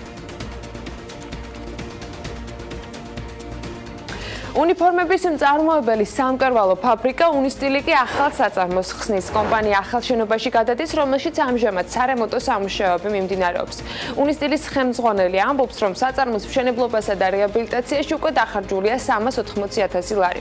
ახალ ფაბრიკაში საწარმო გაზაფხულიდან გადავა. ტლაშაძის ინფორმაციით, უნისტილის წარმოებაში შეზღუდული შესაძლებლობის მქონე პირებისათვის ადაპტირებული იქნება გარემო და კომპანიას უკვე მათი დასაქმება შეეძლება. რამდენიმე შეზღუდული შესაძლებლობის მქონე პირი უნისტილში ახლაც მუშაობს, კომპანიაში კი სულ 80-მდე ადამიანია დასაქმებული. კომპანია სპეცტანსაცმელს ამზადებს ისეთი ბრენდებისთვის, მაგალითად, როგორც არის რედისონი, მერიოტი, სახელმწიფო ელექტროსისტემა და ასე შემდეგ. საფინანსო კომპანია M-კრედიტმა კი ახალი მიმართულებით დაიწყო მუშაობა და ჩამოაყალიბა კომპანია M-დეველოპმენტი, რომლის საშუალებითაც ის მომხმარებლებს გაზაფხულზე დიდი დიღმის ტერიტორიაზე ახალ 7 სართულიან კორპუსს შესთავაზებს. დეტალები ვნახოთ სიუჟეტში. მყუდრო ბინა შენთვის. სწორედ ამ სლოგანით კომპანია M-დეველოპმენტი სულმარედ დაინტერესებულ პირებს ახალ 7 სართულიან საცხოვრებელ კორპუსს შესთავაზებს. კომპანიის პრიორიტეტი ქალაქგარეთ არსებული ტერიტორიებია, რომელიც ეკოლოგიურად სუფთაა. სწორედ ამიტომ პროექტი დიდი დიღმის ტერიტორიაზეა განთავსებული. პროექტი მთლიანად დააფინანსა საფინანსო კომპანია M-კრედიტმა, რომლის შვილობილი კომპანიაც M-დეველოპმენტია. აღნიშნული პროექტი პირველ რიგში იმით არის გამორჩეული, რომ შენდება ბინა ქალაქიდან გარეთ, სუფთა გარემოში, ეკოლოგიურად სუფთა გარემოში. კომპანია M-დეველოპმენტის პრიორიტეტის არის, რომ ააშენოს მომავალშიც ბინები, რომლებიც იქნება ყოველთვის ეკოლოგიურად სუფთა გარემოში. კომპანია M-დეველოპმენტი არის M-კრედიტის შვილობილი კომპანია, შესაბამისად სრული ინვესტირება მოახდინა M-კრედიტმა პროექტში. პროექტზე გეტყვით ახლა უშუალოდ, პროექტი არის 7 სართულიანი, სადაც იქნება 14 ბინა. ანუ აღნიშნავ იმას, რომ ჩვენ არ ვაშენებთ სათავჟენებს და მაღალ ბინებს, ჩვენ ვაშენებთ საშუალო ზომით კორპუსებს, რომლებიც არის ძალიან მყუდრო. კომპანიაში გვეუბნებიან, რომ ხარისხი მათთვის ერთ-ერთი პრიორიტეტული საკითხია. სწორედ ამიტომ კომპანია ხარისხიანი პროდუქტის შესაქმნელად დროს ნამდვილად არ ზოგავს. ამ ეტაპზე პროექტის საძირკვლის ჩაყრა მთლიანად დასრულებულია. რის შემდეგაც დაიწყება უკვე მშენებლობის პროცესი. რაც შეეხება თვითონ პროექტს, ცალკეული ბინის ფართობი 42 კვადრატიდან 100 კვადრატულ მეტრამდე მერყეობს. როგორც ადგილზე გვეუბნებიან, M-დიღომის დასრულების თარიღი 2018 წლის 21 მაისია. როცა მომხმარებელი ბინას თეთრი კარკასის მდგომარეობით ჩაიბარებს. მშენებლობები ეხლა განახლდა 4 თვის განმავლობაში მიმდინარეობდა ფუნდამენტის შრობა, რაც ძალიან მნიშვნელოვანია მშენებლობისთვის. ჩვენ ვიცავთ ყველა ნორმას, რაც კი არის მშენებლობაში, რაც კი არის ყველა ნორმა. შესაბამისად უკვე განახლდა მშენებლობები. ეხლა უშუალოდ პროექტზე გეტყვით, ბინა კონკრეტულად ამ ეტაპზე იქნება, ამ ვიზუალზე იქნება, უკანა მხარეს იქნება რეკრეაციული ზონა, ხოლო წინა მხარეს იქნება პარკინგი. პარკინგზეც აღნიშნავ, რაც ერთ-ერთი მთავარი პრობლემა არის ცენტრალურ ქალაქში, ჩვენთან თითოეულ ბინაზე იქნება თითოეული პარკინგი. კომპანია ქართულ ბაზარზე დიდი ხანი არ არის, რაც გამოჩნდა, თუმცა უკვე ცდილობს თავისი სახელი მომხმარებლისთვის მაღალ ხარისხთან და ხელსაყრელ პირობებთან ასოცირდებოდეს. ამის გათვალისწინებით M-Development-ი დაინტერესებულ პირებს უკვე სხვადასხვა აქციებსაც თავაზობს. სანდოობა ეს ის საკითხია, რომლითაც კომპანია ხელმძღვანელობს და M-კრედიტის რესურს მიზანშეწონილად იყენებს. M-კრედიტი ქართულ ბაზარზე უკვე 2 წელი არის და მომხმარებელს თავაზობს სალომბარდო ტიპის სესხებს. გვაქვს სხვადასხვა სერვისები, ერთ-ერთი სერვისი არის ჩვენი, რაც მომხმარებელისთვის არის ძალიან კომფორტული, iPhone-ის სალომბარდო სესხი ტარების უფლებით. ამ ეტაპზე გვაქვს 3 ფილიალი, ცენტრალური ფილიალი, რომელიც მდებარეობს გაგარინის 10-ში, გადადის გაგარინის 14-ში. გაყიდვება უკვე არის დაწყებული და ჩვენ მომხმარებელს თავაზობთ ასევე კომფორტულ პირობებს, რაც მდგომარეობს იმაში, რომ შეუძლიათ შეიძინონ ბინა დღეს, გადაიხადონ სიმბოლური თანხა და როდესაც დასრულდება პროექტი და ჩავაბარებთ დასრულებულ პროექტს, გადაიხადონ დარჩენილი თანხა სრულად მაშინ. კითხვაზე თუ რა არის კომპანიის სამომავლო გეგმები, პასუხი ვრცელია. კომპანიის მენეჯმენტი სალომბარდეს სესხების კუთხით ფილიალების დამატებას კიდევ გეგმავს. როგორც ადგილზე ვიგებთ, იგეგმება განვითარება სამშენებლო კუთხითაც, სადაც პრიორიტეტი კვლავ მაღალი ხარისხი და ეკოლოგიურად სუფთა გარემო იქნება. M-Development-ის მარკეტინგის მენეჯერის თენგიზ ყაზიშვილს მასპინძლობთ ახლა საქმიანი დილაში საინტერესო პროექტის კიდევ უფრო მეტ დეტალს მისგან მოვისმენთ. მოგესალმებით დილა უშუალოდ, მადლობა რომ ხართ ჩვენთან ერთად. ბევრი მიზეზი არსებობს იმასთან დაკავშირებით, რომ კითხვები გაჩნდეს 7 სართულიან შენობაზე, რომელიც სოფელ დიღომში მდებარეობს, ხო? რატომ გადაწყვეტეთ ამ ბიზნესში შესვლა საერთოდ, მით უმეტეს სხვა ბიზნესით იყავით დაკავებული და ამას საოცრად ვიკითხავ და რა არის მთავარი ღირსება ამ შემთხვევაში ამ კომპლექსის? მიუხედავად იმისა, რომ განსხვავებული ბიზნესი არის ერთმანეთისაგან, M-კრედიტი პერიოდულად სხვადასხვა დროს სამშენებლო ბიზნესს აფინანსებდა იპოთეკური სესხის სახით. შესაბამისად გაჩნდა იდეა, რომ ჩვენი მშენებლობები დაგვეფინანსებინა. თავადვე დაგვეფინანსებინა ჩვენი მშენებლობები. შეგვექმნა, მეორე ამას უდევს საფუძვლად ისიც, რომ გვინდოდა მომხმარებლისთვის მეტი კომფორტი შეგვექმნა და შეგვექმნა ისეთი ბინები, სადაც ჩვენი მომხმარებლები თავს იგრძნობენ მყუდროდ. დავაარსეთ შვილობილი კომპანია M-Development-ი, სლოგანით ყუდრობინა შენთვის და ნუ ამ პრინციპით მუშაობთ, გვინდა რომ მომხმარებელს შევქმნათ. ერთ-ერთი კრიტერიუმი ანუკის მომზადებულ სიუჟეტში იყო სუფთა ჰაერი, სუფთა გარემო. მომავალშიც აპირებთ, რომ ეს ნიშა შეინარჩუნოთ და ძირითადად ქალაქ გარეთ ლოკაციაზე ცოტა მეტი ვისაუბროთ თენდენციაზე. ვიცი რა დაახლოებით ახლა თქვენ ჩართულობიდან გამომდინარე რა კრიტერიუმების გამო შეარჩიეთ, მაგრამ სიუჟეტი, რომელიც მაინც ლიმიტირებულია თავის დროში, ამ საუბარში მეტად გაშლის საშუალება გვეძლევა. რა ლოკაციაზეა საუბარი და რითი არის ის მიმზიდველი პოტენციური თქვენი კლიენტებისთვის თუ შევსებული არ არის უკვე. დიახ, გაყიდვები უკვე დაწყებულია, მაგაზეც ვიტყვი. ლოკაციას რაც შეეხება, ჩვენი პრიორიტეტი არის რომ ავაშენოთ მომავალშიც ბინები ანუ ქალაქ გარეთ, ესეთ სუფთა გარემოში, სადაც იქნება ნაკლები პრობლემა ეკოლოგიის მიმართულებით, ვინაიდან ვიცით რომ ცენტრალურ უბნებში ძალიან მწვავედ არის ეს პრობლემა. შესაბამისად შერჩეული იქნა რამდენიმე ლოკაცია და ერთ-ერთი პრიორიტეტული ლოკაცია იყო ეს დიდი დიღმის ტერიტორიაზე ერედვის ქუჩაზე, სადაც დავიწყეთ პირველი მშენებლობა. შესაბამისად ჩვენი პრიორიტეტიც არის რომ მომავალშიც ავაშენოთ მსგავს ადგილებში ესეთი ბინები. ხო, რატო გადაწყვეტეთ რომ ყოფილიყო 7 სართულიანი და არა თქვა 10 სართულიანი? კი, მაგასაც აქვს თავისი ახსნა, რა თქმა უნდა, იმიტომ რომ ჩვენ არ ვაშენებთ ან მაღალ ბინებს, რაც შეიძლება მომხმარებელთვის იყოს დისკომფორტი, არ გვინდა მაღალი შენობები და გადავტვირთოთ ჩვენი ბინები. ვაშენებთ საშუალო ზომის ბინებს, სადაც ყველას ექნება თითოეულ ბინას თავისი საპარკინგი ადგილი, ექნება თავისი რეკრეაციული ზონა და შესაბამისად გამოდის რომ დაახლოებით მაგ ზომის ბინებს ავაშენებთ. ვისთვის არის ბინები? დაახლოებით როგორი სეგმენტის მსყიდველ კლიენტებს ელოდებით? აი, რამდენად არის თქვათ ეკონომიური პაკეტები, რამდენად არის შედარებით თქვათ კომფორტული ბინების და როგორ ბინებს თავაზობთ, რა არჩევანი აქვს სურვილს? რამდენიმე კომპლექტაციის ბინებს თავაზობთ ჩვენ მომხმარებლებს, სხვადასხვა კვადრატულობის, ფინანსური კუთხით ეს ყველა შეუძლია რომ იყიდოს, ჩვენ ამასაც მორგებულ პირობებს თავაზობთ და ინტერესის სფერო ალბათ ის ხალხი, ვისაც უნდათ შვიდ მყუდრო გარემოში ცხოვროს ქალაქ გარეთ, შეიგრძნოს რაღაც გარემო ბუნება და ასე შემდეგ. რამდენი წუთი ჭირდება ცენტრალურ უბნებამდე მისასვლად? რა ვიცი, ალბათ 5 წუთში უკვე თუ გააჩნია დღის რომელ მონაკვეთში გადავადგილდებით, თითქმის დიდი ღომში არის ძალიან ცენტრალურ ადგილზე. ტრაფიკის გათვალისწინებით. ხო, ტრაფიკის გათვალისწინებით. ისე ძალიან ახლოს, ჩვენ დიდი ღომთან ძალიან ახლოს ვართ. დიდი ღომში არის კონკრეტულად ეს მშენებლობა. ნიშნავს თუ არა, რომ M კრედიტი საბოლოოდ დივერსიფიცირდა გულისხმობ ამ ბიზნესის კუთხით და გეგმებში კიდე სხვა პროექტებიც არის, ხო? დიახ, რა თქმა უნდა, მაგიტო გამომიჯნეთ, M კრედიტი რჩება M კრედიტად და M დეველოპმენტი აგრძელებს ამ კუთხით განვითარებას. ჩვენ მომავალშიც ვაშენებთ, შერჩეული გვაქვს ბევრი ლოკაცია, ამ ეტაპზე უკვე მიმდინარეობს ფიქრი და გეგმარება თუ სად ავაშენებთ და როგორ ტიპებს. ჩვენ შეიძლება შევთავაზოთ ახალი უბნებიც კი მომხმარებელს.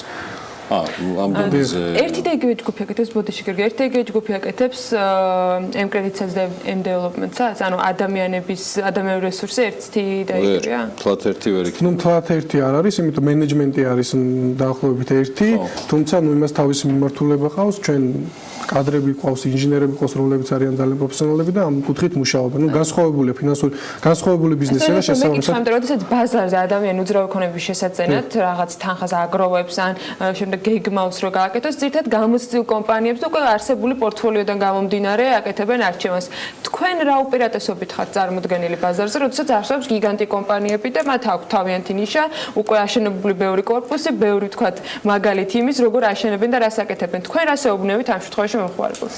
დიახ, ჩვენ ერთ-ერთი პრიორიტეტი თუნდაც ის არის, რომ სრულად მშენებლობა დააფინანსა M კრედიტმა და ჩვენი მომხმარებელი დაზღვეულია ყოველგვარი რისკებისგან. ანუ ჩვენ არ ვართ დამოკიდებული გაყიდვებზე, მშენებლობები შეუჩერებლად მიმდინარეობს და ვადებშიც ვეტევით. შესაბამისად ეს ერთ-ერთი კომფორტი არის ჩვენი მომხმარებლისთვის. ასევე, ერთ-ერთი განმასხვავებელი ნიშა რაც არის, აი ყოველთვის ავაშენებთ ესეთ პროექტებს, რომელიც იქნება ასევე გავიმეორებ ქალაქ გარეთ, მყუდრო და მშვიდ გარემოში. სამშენებლო კუთხით კიდევ ვითვალისწინებთ ყველა ნორმებს, ვიყენებთ უმაღლესი ხარისხის ბეტონს და სხვა საშენ მასალებს, ვიცავთ სამშენებლო ნორმებს რაც კი არსებობს და შესაბამისად ყველა იმაში დაზღვეულია ჩვენი მომხმარებელი. თქვენ ახსენეთ შესყიდვის ის ფორმა, რომელიც გულისხმობს მხოლოდ სიმბოლური თანხის გადახდას პირველ ეტაპზე და შემდეგ დაფარვას ამის. ეს მომავალში საპირისპირო რომ ესე შეიდარჩუნოთ? კი, ანუ ჩვენ გვინდა რომ ჩვენს მომხმარებელზე ვიყოთ მაქსიმალურად მორგებული. ამიტომ გადავწყვიტეთ რომ რამდენიმე პირობა შევთავაზოთ. პირველი პირობა არის ის რომ შეუძლიათ შეიძინონ ბინა ჩვენთან, გადაიხადონ სიმბოლური თანხა, ანუ მე ვგულისხმობ სანამ დასრულდება პროექტი. პროექტი სრულდება 2018 წლის 21 მაისს და დასრულების შემდეგ, ანუ როდესაც ჩაიბარებენ მთლიანი თანხა გადაიხადონ მაშინ. ასევე თავაზობს M დეველოპმენტის შიდა განვადებას, სადაც შეუძლიათ რომ შიდა განვადების საშუალებით იყიდონ და პლუს ამას თავაზობს M კრედიტი დასრულებული პროექტის შემდეგ იპოთეკური სესხის სახით დაეხმაროს შეძენაში. M კრედიტზე უნდა გითხოთ, რამდენად არის M კრედიტი მყარა წარმოდგენილი ბაზარზე, იმიტომ რომ აშკარად ამ ორი კომპანიის ერთმანეთთან გადაჯაჭვულობა ძალიან დიდია და ანუ ამყარებს M დეველოპმენტს M კრედიტი. M კრედიტის მიმართ მაინტერესებს, ახლა მაქვს კითხვები, რამდენად მყარია, რამდენად მზარდია და რამდენად შეიძლება რომ M კრედიტმა უზრუნველყოს დეველოპერულ ბიზნესში ახლა დაწყებული ახალი გამოცდილების მქონე ადამიანების ფინანსური თქვათ გაყარება.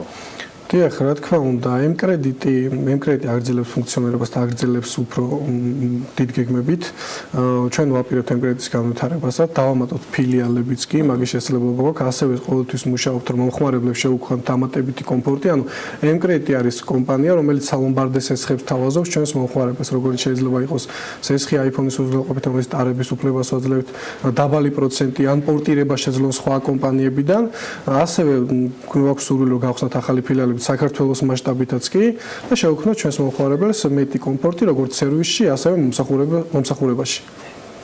შესაბამისად გვაქვს სრულად იმის საშუალება და რომ დავაფინანსოთ ჩვენ ამ სამშენებლო პროექტების დავაფინანსოთ. სადაც ასევე საკმაოდ აქტიურად შემოდიხართ, შეიძლება უბნებიც კი გააშენოთ. დიახ, კი, გეგმებში გვაქვს რომ აი ესეთი ეკოლოგიურად სუფთა გარემოში შევქონოთ ისეთი არა მარტო კორპუსები, არამედ პატარ-პატარა უბნები, სადაც მომხმარებელი თავს იგრძნობენ ასევე კომფორტულად. ან ბევრ პრობლემას ვაგვარებთ ჩვენ მიუხედავად იმისა, რომ პარკინგის პრობლემა, რომელიც ერთ-ერთი ძალიან მნიშვნელოვანი არის, ეკოლოგიური პრობლემა, რომელიც ასევე მნიშვნელოვანი არის, ან ჩვენ თითოეულ ბინას აქვს თავისი პარკინგი და ასევე გარშემო არის სივრცე, სადაც შეუძლებელია ძალიან მარტივად დაპარკინოს მომხმარებელი. პროექტის დაწყებას გეკმოთ ახლოს მომავალში. ესე კონკრეტულად არ ვიცით, ვაპირებთ რომ არ გავჩერდეთ და საკმაოდ აქტიურად შემოვიდეთ ამ სფეროში.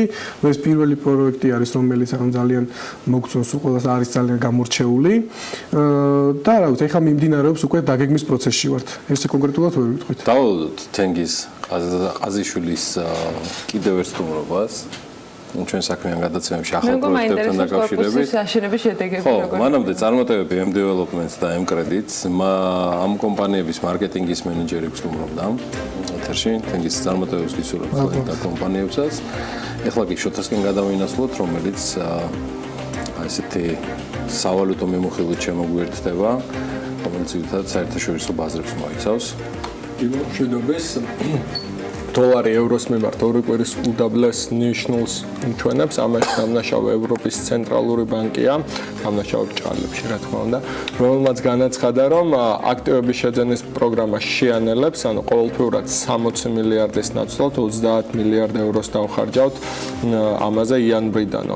ამ განცხადების შემდეგ ევროს ფასი დოლარის მიმართ თითქმის 1%-ით დაეცადა, 1 ევროს ფასმა ზუსტად დოლარი და 17 ცენტი შეადგინა. ცალკე დოლარის მოძლიერებას ხელი შეუწყო საგადასახადო რეფორმის უკეთ გამოკვეთილმა პერსპექტივამ. თეთრმა სახლმა ზომა მიიღო, რაც სენატს უფლებას მისცემს საგადასახადო კოდექსის მიმართებაში წინ გადადგას ნაბიჯები ხმათა უმრავლესობის მოპოვების საფუძველზე. ამასთან დაერთო ტრამპის მიერ ფედერალური სარეზერვო ბანკის ახალი ხელმძღვანელების პოტენციური სიის კიდევ უფრო შევიწროება. ორი კანდიდატი გამოიკვეთა, ფედის ყოფილი მმართველი ჯერომ პაუელი და სტენფორდის უნივერსიტეტის ეკონომისტი ჯონ ტეილორი. ორივე ხელსაყრელი კანდიდატურა ინვესტორთათვის და ამან თავის მხრივ რა თქმა უნდა დოლარი კიდევ უფრო გააძლიერა და საბოლოო გადაწყვეტილების შესახებ თუ ვინ გახდება ფედერალური სარეზერვო ბანკის ახალი ხელმძღვანელი გავიგებთ ზუსტად 3 ნოემბერს. სხვა ძირითადი ვალუტების მიმართაც შედარებით მოძლიერდა დოლარი, იენისთვის დოლარის ფასი 114 ჩამოწდა, გირვანკა სტერლინგი კი დოლარსა და 32 ცენტზე ნაკლები ღირს. ავსტრალიური და ახალზელანდიური დოლარებიც ეცემა ამერიკულ დოლართან მიმართებაში. ორშაბათს ვნახოთ როგორი იქნება დღევანდელი სავაჭრო დღის მიწურული, რაც შეეხება კრიპტოვალუტების ნაწილს, სანამ ეფრემ ურმაშვილთან ამ თემაზე უფრო ღრმად ვისაუბრებდებით. მოგახსენებთ, რომ ბიტკოინი აგრძელებს სვლას 6000 დოლარის ნიშნულისკენ, ბოლო 24 საათში ზრდამ 6%-ს გადააჭარბა, 5950 დოლარიან ნიშნულსაც გადაცდა. მიზეზებს მოგვიანებით მიმოვიხილავთ და ამიტომ განაგრძეთ ჩვენი გადაცემის ყურება. სხვა კრიპტოვალუტებსაც კარგი ღამე ჰქონდათ, ეთერიუმიც გაიზარდა და 300 დოლარს მიაღწია, რიპლის ფასი 20 ცენტს გადაცდა, კაპიტალიზაცია კი უკვე 8 მილიარდს უახლოვდება. ბიტკოინ ქეშის ფასი 3.9%-ით გაიზარდა და 329 დოლარი ღირს, ლაიტკოინი 2%-ით გაიზარდა და მისი ფასი 56 დოლარს ისევ აცდა. მადლობა შეთას. ხო, გარდა ერთი დეტალისა, რომ რემი ამ პარასკევსაც ვერაო. შემინდეთო? შემინდეთო. ხო, აი ესე პირდაპირ ჩვენც ესეთი რაღაც. აი ესე მიულოცა.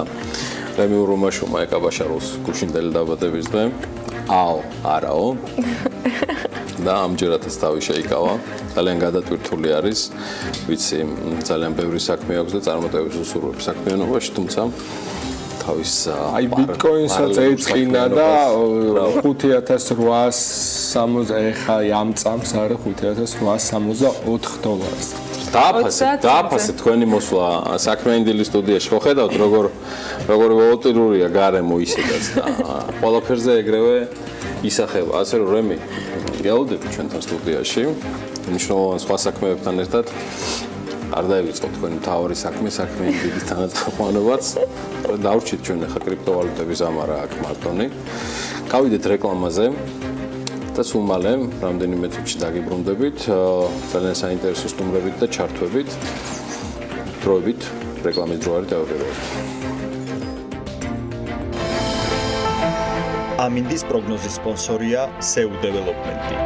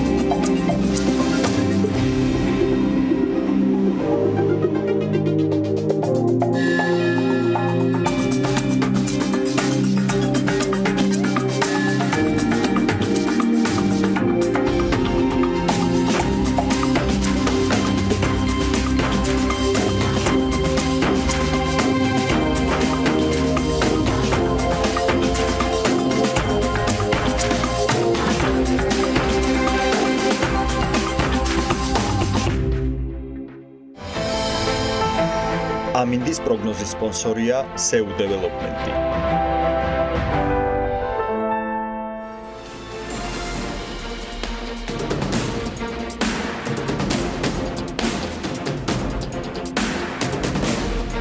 ინვესტიციებზე საქმიანობაში ხშირად საუბრობთ პოტენციურად კონკურენტულ არიან დარგებში ინვესტიციებისათვის მიმზიდველი გარემო შექმნა კი ქვეყნისთვის ეკონომიკის განვითარების ერთ-ერთი მნიშვნელოვანი წინაპირობაა. მით უმეტეს თუ ეს სექტორი კაპიტალტევადია და გრძელვადიანი ბიზნეს ციკლით ხასიათდება. რეგიონში თუნდაც ერთი ან ორი მიმართულებით კონკურენტული უპირატესობის მოპოვების დადებითი ეფექტი აქვს დამხმარე ინდუსტრიებზეც და ეკონომიკაზე იმაზე უფრო დადებით გავლენას ახდენს, ვიდრე ეს მხოლოდ ამ დარგში შემოსული შემოსავლები და დასაქმებული ხალხია. საქართველოში ასეთი ტიპის ინვესტიცია შესაძლოა იყოს ინვესტირება ჰიდროელექტროსადგურებში, ამაზე ხშირად ვისაუბრე ამ ეთერში.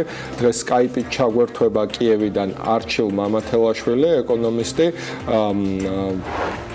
მოგესალმებით ბატონო არჩილ. მოგესალმებით, გამარჯობათ.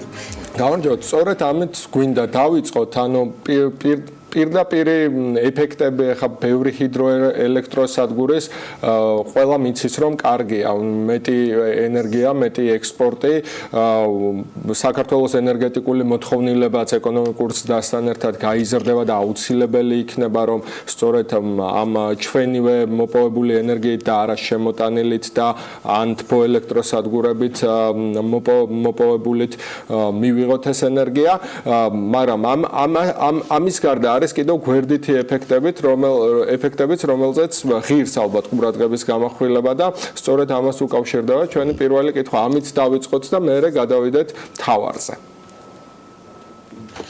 მადლობთ, გამარჯობათ. რაც შეეხება გვერდით ეფექტებს, ჩვენ რას გულისხმობთ, ძირითადად სოციალურ და გარემოზე გავლენას გულისხმობთ. არჩილ, ერთი წუთი თუ შეიძლება, თუ არ შეგაწუხებ, რომ კომპიუტერის კამერა, აი მაქსიმალურად რომ კიდე ქვემოთ ჩვენსკენ ჩამოწიო, რომ ესე ახლა უკვე თან მონატრებული აქვს ხალხი შენს ნარატივს და შენს ჩართულობა სხვადასხვა გადაცემებში კიდევ ერთხელ მიხარია რომ ხარ ჩვენთან ერთად და თუ შეიძლება გააგრძელე შოთას კითხვაზე პასუხი. დიდი მადლობა. დიდი მადლობა. რაც შეეხება გვერდით ეფექტებს, ეგ არაფერი. ეფექტებს, რაც შეეხება გვერდით ეფექტები, გარემოს დაცვითი და სოციალურის გარდა სხვა ეფექტები, ჩემი აზრით დადებითია. არის ძალიან მრავალი უკაცრავად. არჩილ, თუ გინდა რამდენიმე წუთით იმას ქენი და დაგვიბრუნდი ეთერში, რო არის იმას ქონა. რაც შეეხება გვერდით ეფექტებს, თვითონ ჯერ ვისაუბროთ მხარეზე, რაც არის ეკონომიკის მხარე, შემდეგ ვისაუბროთ დამატებით გვერდით ეფექტებზე. ანუ თვითონ ენერგეტიკული ეფექტი საქართველოს გამომდინარე თავისი ჰიდრორესურსებიდან საკმაოდ მნიშვნელოვანი განვითარება თვითონ ენერგეტიკისთვის რამოდენიმე მიზეზის გამო. ერთ-ერთი მიზეზი არის მოხმარების ზრდა, რომელიც საქართველოში მიმდინარეობს საკმაოდ მიუხედავად იმისა, რომ რამოდენიმე წლის განმავლობაში საქართველო იყო ნეტო ექსპორტიორი, ამჟამად კვლავ ისევ ნეტო იმპორტიორი, ეს განაპირობებს იმას, რომ ჩვენი მოხმარება უფრო სწრაფად იზრდება, ვიდრე ჩვენს მიერ გამომუშავებული ელექტროენერგია. ელექტროენერგია გჭირდება. მეორე მიზეზი ჰიდროელექტროსადგურების რაც ძალიან მნიშვნელოვანი არის შედარებით უფრო იაფი ელექტროენერგია. ანუ თუ ჩვენ განვავითარებთ დაუშვათ არის ძალიან მსოფლიოს ძალიან ბევრ ქვეყანაში, ჩრდილოეთ ევროპაში, ამერიკაში, ჩინეთში საკმაოდ მნიშვნელოვნად იზრდება მზის და ქარის ენერგიის გამოყენებით მიღებული ელექტროენერგია. რა თქმა უნდა, მათი გავლენა გარემოზე და იგივე სოციალური ფონზე შედარებით უფრო ნაკლებია, მაგრამ ესენი შედარებით უფრო ძვირია. თუმცა მზის ენერგია საკმაოდ იაფდება, რაც უფრო განვითარდა მზის აკუმულატორების ეფექტურობაც, მაგრამ ჯერჯერობით მზის ენერგიის გამოყენება შედარებით უფრო ძვირია. ამასთან საკმაოდ რთული აკუმულაცია, რაც რეზერვუარებს ჰიდროელექტროსადგურების შემთხვევაში პიკების მოხსნისთვის და სეზონური პიკების მოხსნისთვის ეხმარება. შესაბამისად, მათი განვითარება ცუდი არ არის, კარგი იქნება, მაგრამ ეს იქნება უფრო შედარებით უფრო ძვირი. უნდა გარემოზე გავლენა ნაკლებია, მაგრამ ამის ფასი არის ფასი და ძალიან ხშირად ენერგეტიკული პოლიტიკის გატარებისას პოლიტიკოსები ითვალისწინებენ უფრო სოციალურ ფონს, გამომდინარე იქიდან, რომ მოსახლეობისთვის ძალიან მნიშვნელოვანია, რომ ელექტროენერგიის ფასი სწრაფად არ გაიზარდოს, შესაბამისად ეს არის კიდევ ერთ-ერთი მიზეზი. აგრეთვე ენერგეტიკისთვის მნიშვნელოვანია მაკროეკონომიკური ეფექტიც არის, ამაზეც ხშირად გვისაუბრია. გამომდინარე იქიდან, რომ ენერგეტიკა ერთ-ერთი ყველაზე მნიშვნელოვანი მხარეა საქართველოსთვის, არა მარტო მოხმარების ნაწილში, რომელსაც ჩვენ სავაჭრო ბალანსს გვიუარესებს, იმიტომ რომ ჩვენ ენერგია უფრო მეტი შემოგვაქვს, ვიდრე თუ ყველა ენერგიის წყაროს ავიღებთ, აგრეთვე საინვესტიციო კუთხით. ანუ ჩვენ ერთადერთი ენერგეტიკაში საინვესტიციო ყველაზე ვთქვათ ფართომასშტაბიანი გვაქვს სწორედ ჰიდროენერგეტიკა. იმ შემთხვევაში თუ ამ საგადამხდელო ბალანსი, რომელიც სავალუტო კურსის, ასე ვთქვათ, ფორმირებაში იღებს მონაწილეობას, გავიღებთ სავაჭრო ბალანსს, რომელიც ენერგეტიკის ჩვენი საკუთარი ენერგეტიკის განვითარება ამას სალდოს დადებიც გახდის და უფრო ნაკლები გავლენა იქნება უარყოფითი ჩვენ სავალუტო კურსზე და აგრეთვე ინვესტიციები ორივე ერთად საკმაოდ დადებით გავლენას მოახდენ და რაც ლარის კურსებს მოქმედებს და ზოგადად მაკროეკონომიკურ სტაბილურობაზეც და აგრეთვე სამუშაო ადგილებს და ასე შემდეგ. მიმდინარე მაპატიანა, არჩილ. აგრეთვე ერთი კითხვა მაქვს, თუ შეიძლება რომ ჩაგაკითხო, ისევ კამერის თემა გვაქვს, თუ არ შეგაწუხებ, რომ ისევ ჩვენსკენ მოწიო კამერა, რომ უკეთესად დაგინახოს მაყურებელმა. აი ამ შესავლიდან გამომდინარე, რაც გააკეთე, მიმდინარე პროექტებიან, რომელიც თუნდაც რაღაცა საინვესტიციო დონეზე მაინც არის ამოქოქილი და ინტერესების კუთხით, რომელი შეგიძლია გამოყო, აი მაგკომპონენტების გათვალისწინებით, რისი აღწერილობაც გააკეთე ახლა. იცით როგორ ეს მიმდინარე პროექტებს რაც შეეხება, მიმდინარე პროექტები არის ამჟამად რაც მიმდინარეობს შენებლობა მიმდინარეობს 2 თუ 3 მსხვილი პროექტი, დანარჩენი შედარებით პატარა პროექტები. პატარა პროექტებზე მე ვფიქრობ, რომ დიდი პრეტენზიები არ უნდა იყოს, იმიტომ რომ უმეტესობა მათგანი არ ახდენს მნიშვნელოვან გავლენას გარემოზე, უარყოფს სტარტს მოსახლეობის გადასახლებას ან სხვა მზიანს აყენებს მოსახლეობას. დიდი პროექტი ახლა რაც მიმდინარეობს ამჟამად არის ნესკა, იგეგმება ონი ჰესის პროექტების განხორციელება. დიახ. აგრეთვე მიმდინარეობს სრულდება მტკვარი ჰესის პროექტი, რომელიც 50 მეგავატია, საშუალო ზომის უფრო ვიდრე დიდი. დანარჩენი ყველა პროექტები რაც ხორციელდება, მცირე ზომის არის. აგრეთვე მე მინდა ერთ რამეს გავუსვა ხაზი. ის რომ საქართველოს რაღაც 12 თუ 18%-ია გაცემული ენერგორესურსების და დანარჩენი რესურსები არის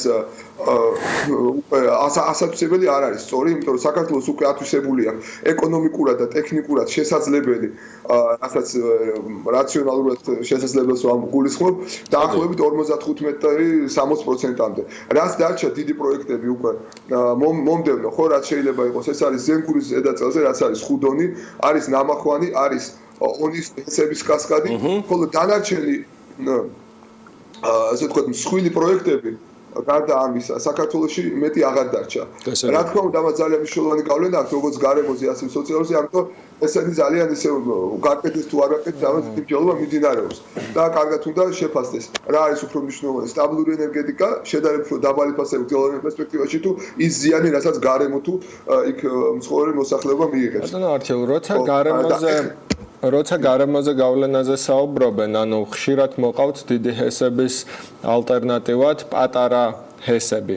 და აი მაგალითად იგივე ნენსკრა ჰესის ენერგია, რაც პოტენციურად რა ენერგიის გამომუშავება შეუძლია, რომ ავაშენოთ, რომ გამოვიმუშავოთ ეს ენერგია პატარ-პატარა ჰესებით. რამდენი ასეთი პატარა ჰესის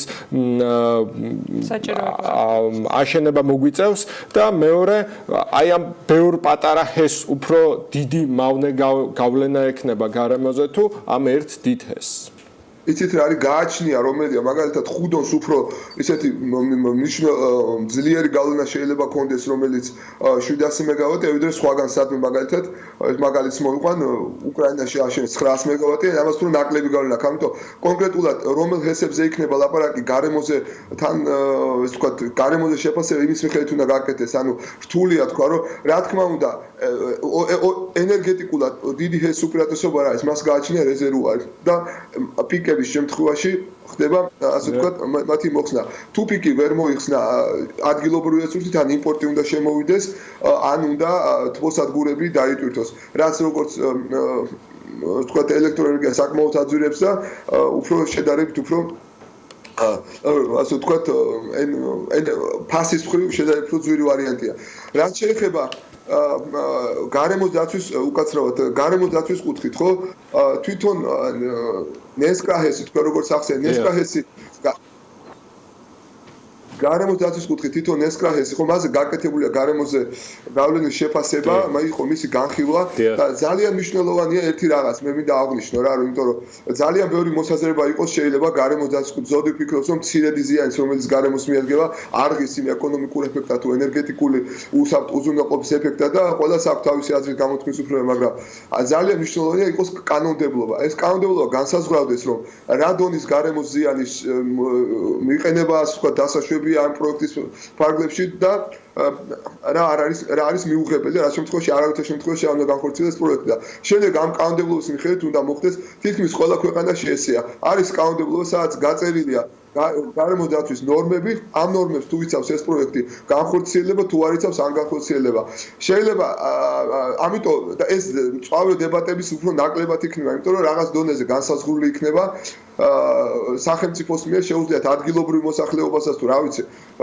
სხვა ჩართულ არასამთავრობოები იქნება თუ სხვა დაინტერესებული მხარეების ჩართონ და განსაზღვრონ რა არის მისაღები და რა არ არის მისაღები თვითონ მე ვფიქრობ რომ რა თქმა უნდა დიდი ზიანი გარემოსთვის მიუღებელია და მაგისთვის შეიძლება ჯობდეს თბოსადგურის ან სხვა თუნდაც აშენება მზის და ქარის ელექტროსადგურების იმიტომ რომ გარემოზე მიტყუებულ ზიანსაც თავის ფასი აქვს თუ ეს ძალიან ძვირია მას ჯობია აშენონ მზის სადგურები, ქარის სადგურები, ან სხვა თუნდაც თბოსადგურები და ჩაენაცვლოს, მაგრამ თუ გარემოსთან მიყენებული ზიანის მიტიგაცია შეიძლება, რატომ უნდა მოხდეს ეთის გადახდა ძალიან რთულია ეს უნდა ყველა კონკრეტულ პროექტზე ინახოს.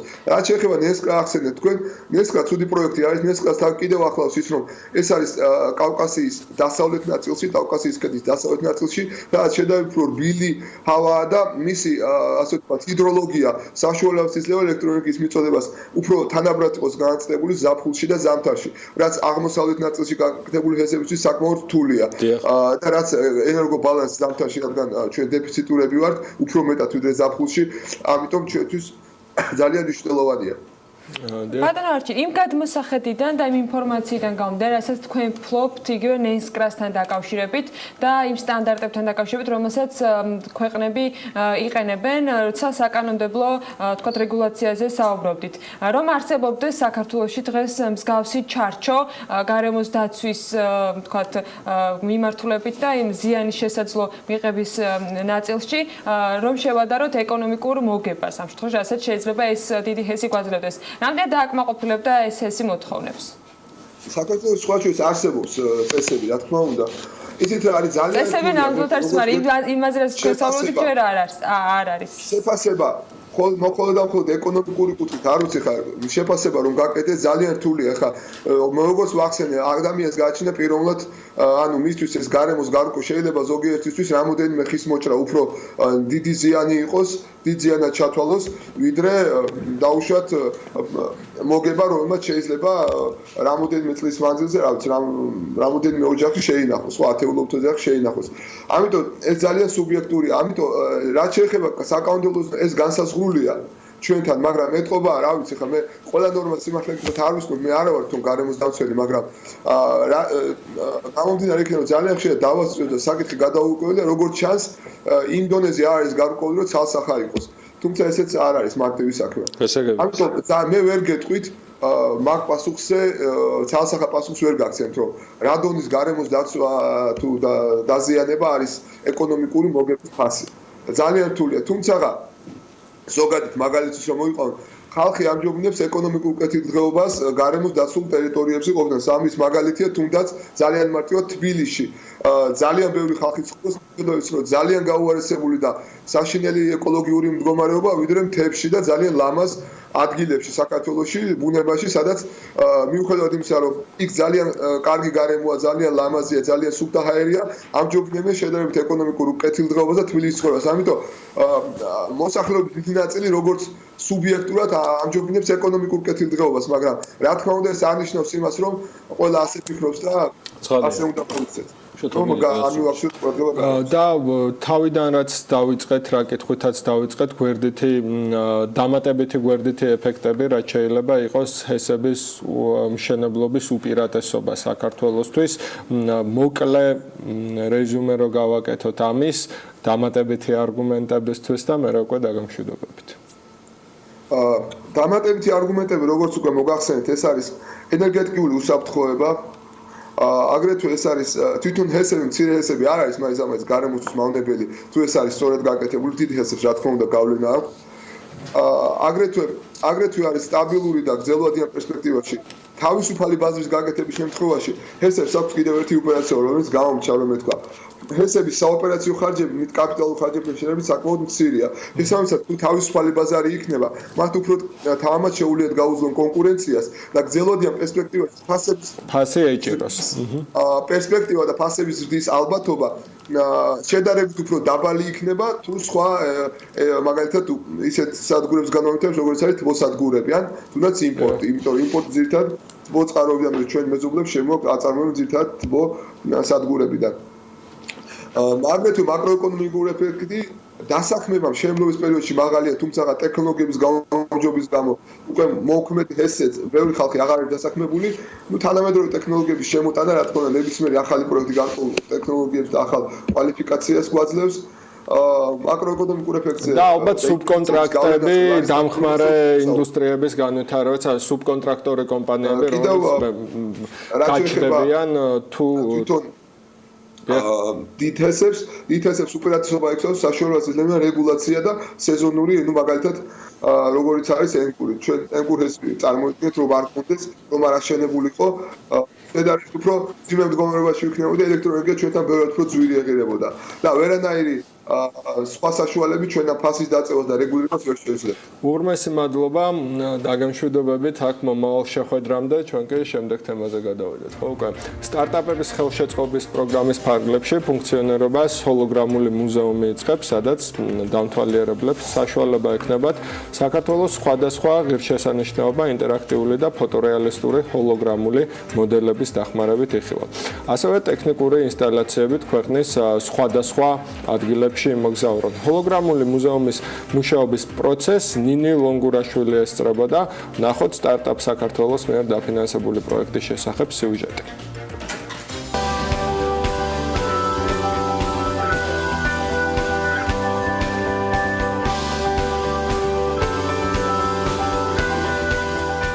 მე ყოველ შემთხვევაში ჩემთვის ესე მინდა წარმოვიდგინე ესე უფრო ხატავ რა პირველ რიგში ეს მუზეუმი ფიზიკური მუზეუმზე მეტად არის კონტენტის მუზეუმი რა ანუ რას ვაკეთებთ ესე იგი ჩვენ როგორც კომპანია ამ ეტაპზე დაახლოებით 7 ობიექტი გვაქვს უკვე გაკეთებული, მაგრამ დაახლოებით 40-მდე ობიექტი არის საქართველოში, რასაც ჩვენ ვეძახით ლენდმარკებს, ანუ ღირსშესანიშნაობებს, საქართველოს ფიზიკურად ღირსშესანიშნაობებს, ისტორიულადაც, ოღონდ ვიზუალურადაც სანახავი უნდა იყოს.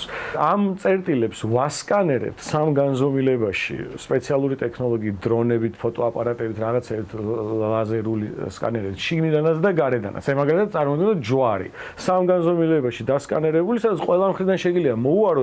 ქართველისთვისაც კი საინტერესოა, ისეთი კუთხით შეგიძლია ნახო ის ადგილი, სადაც ნამყოფი ხარ არაერთხელ. აი ამ კონტენტის შექმნა და ამ კონტენტის ერთობლიობას ვეძახი მუზეუმს.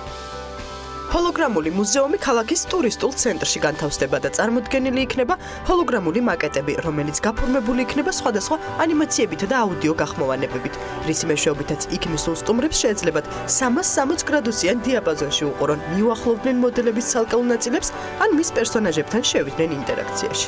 სარკე სტუდიაში დაიბადა ეს იდეა, ანუ სარკე ფილმების წარმოების რაც ეს ტექნოლოგია სამგანზომილებიანი დასკანერების ტექნოლოგია შესაბამისად ჩვენი პროფესიული ინტერესიდან გამომდინარე განვითარდა რა რომ შეგვიძლია კინოში ეფექტისთვის ესეთი სკანირება მოვახდინოთ თუ კინოში შეგვიძლია მაშინ შეგვიძლია რომ ქართული ღირსშესანიშნაობებიც დავასკანეროთ რა უყოთ მე იმ ღირსშესანიშნაობებს მოდი ტურისტებს ვანახოთ აი ამ მარტივი ლოგიკით განვითარდა ჰოლოზეუმის იდეა მე უკვე სად როგორ და უკვე როცა ეს ამ ფორმაში მივიდა ხა განვითარდეს ხო მაგრამ სახსრებთან არის რა თქმა უნდა ეს ყველაფერი კავშირში და ნუ იქიდან გამომდინარე რომ ფიქრობთ რომ თვითონ როგორც ბიზნესით საინტერესო არის და ამას დიდი მნიშვნელობა აქვს სტარტაპ საქართველოსთვის და ამავდროულად პრინციპში ასე ვთქვათ საზოგადო საქმეც ხო კეთდება, ცუდი ხო არ არის ის რომ ჩვენი ღირსშესანიშნაობები დასკანერებული იყოს, ამას ხო ხარდაჭერა ჭირდება და ეთყობა ეს დაინახეს.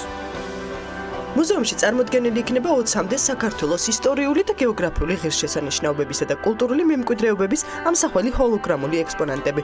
პროექტის ჯამური ბიუჯეტი 202.000 ლარია, საიდანაც სტარტაპ საქართველოს ინვესტიცია 100.000 ლარს შეადგენს.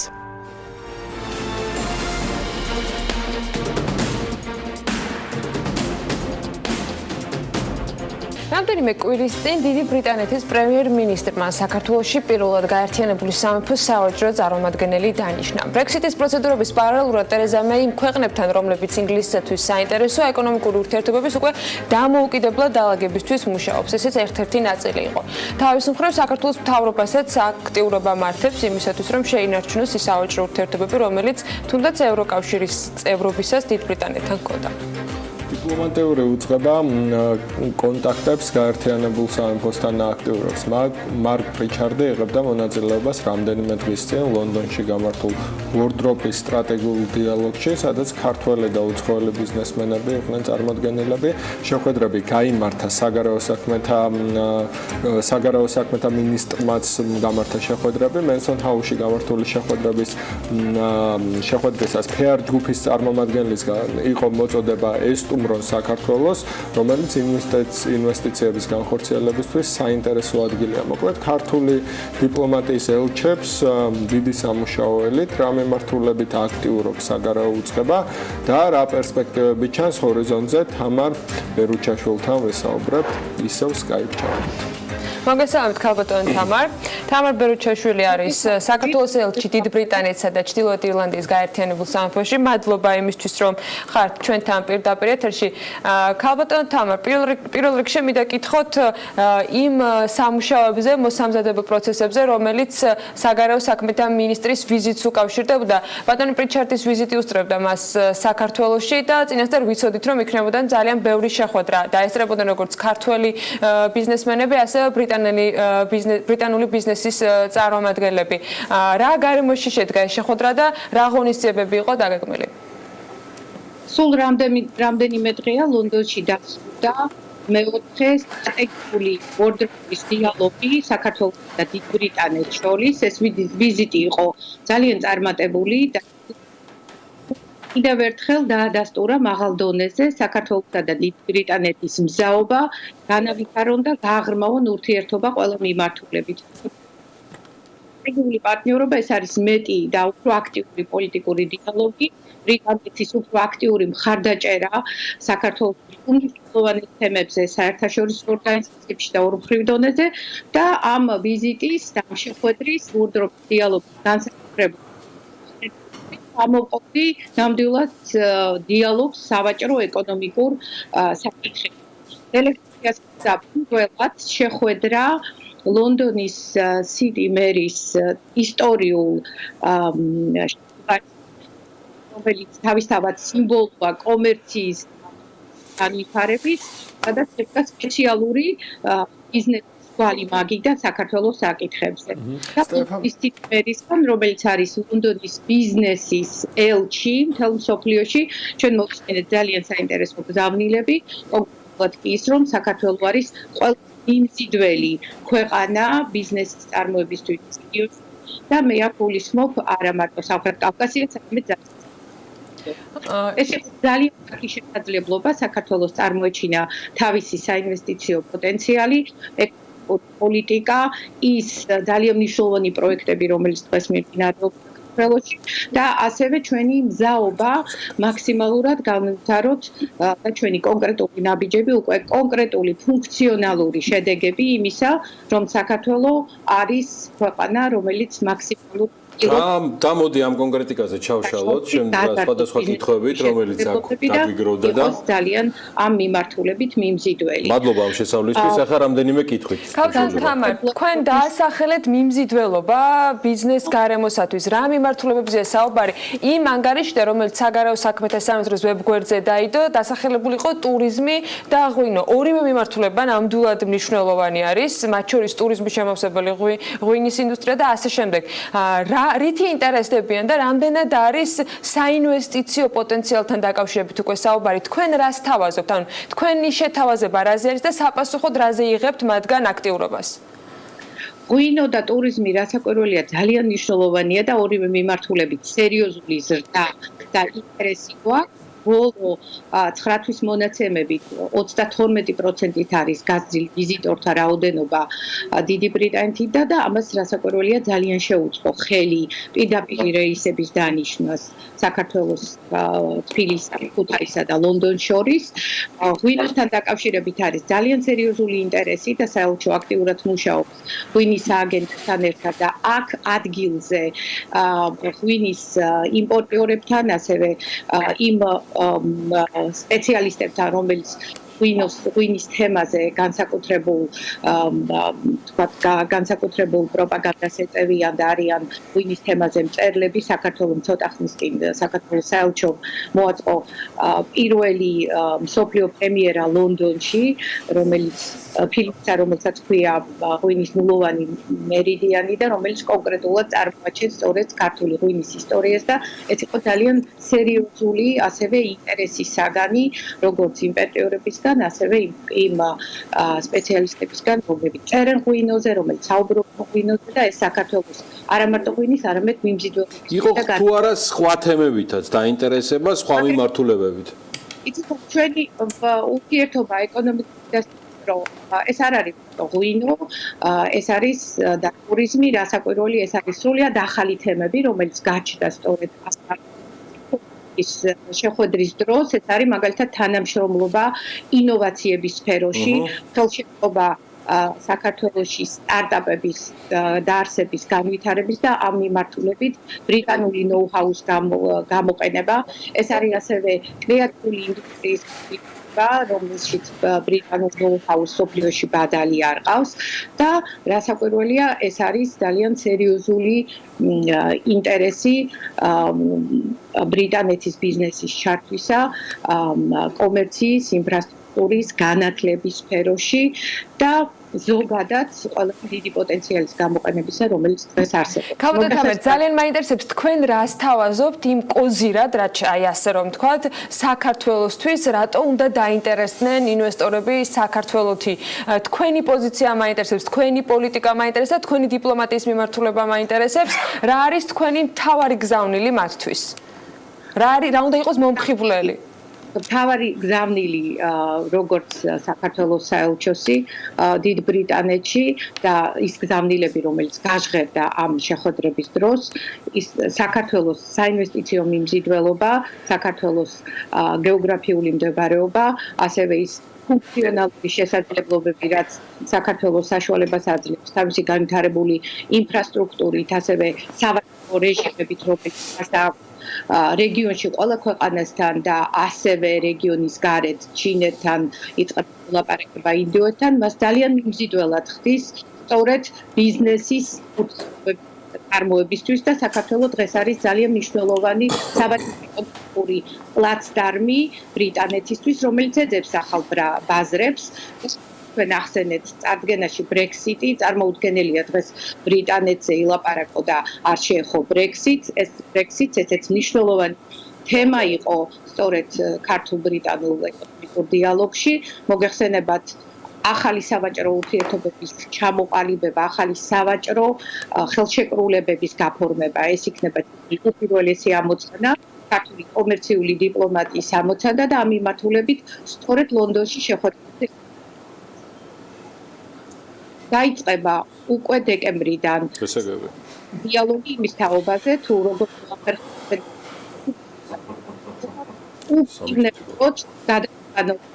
თავისუფალი ვაჭრობის შესაძლებლობები, რაც დღეს საქართველოს ასოცირების ხელშეკრულების და ღრმა და ყოვლისმომცველი თავისუფალი სავაჭრო სივრცის ფარგლებში უკვე დიდ ბრიტანეთთან ორმხრივ დონეზე და მე დარწმუნებული ვარ, საქართველოს იქნება ერთ-ერთი თუ არა პირველი ქვეყანა, რომელთანაც ბრიტანეთი გაფორმებს ახალ თავისუფალი ვაჭრობის ხელშეკრულებას, მას შემდეგ, რომ გაირკვევა მისი ურთიერთობები ევროკავშირთან და ბრექსიტის პროცესის ხელოვანი პოლიტიკური გადაწყვეტილება, რომელიც ეფუძნება საერთო ინტერესს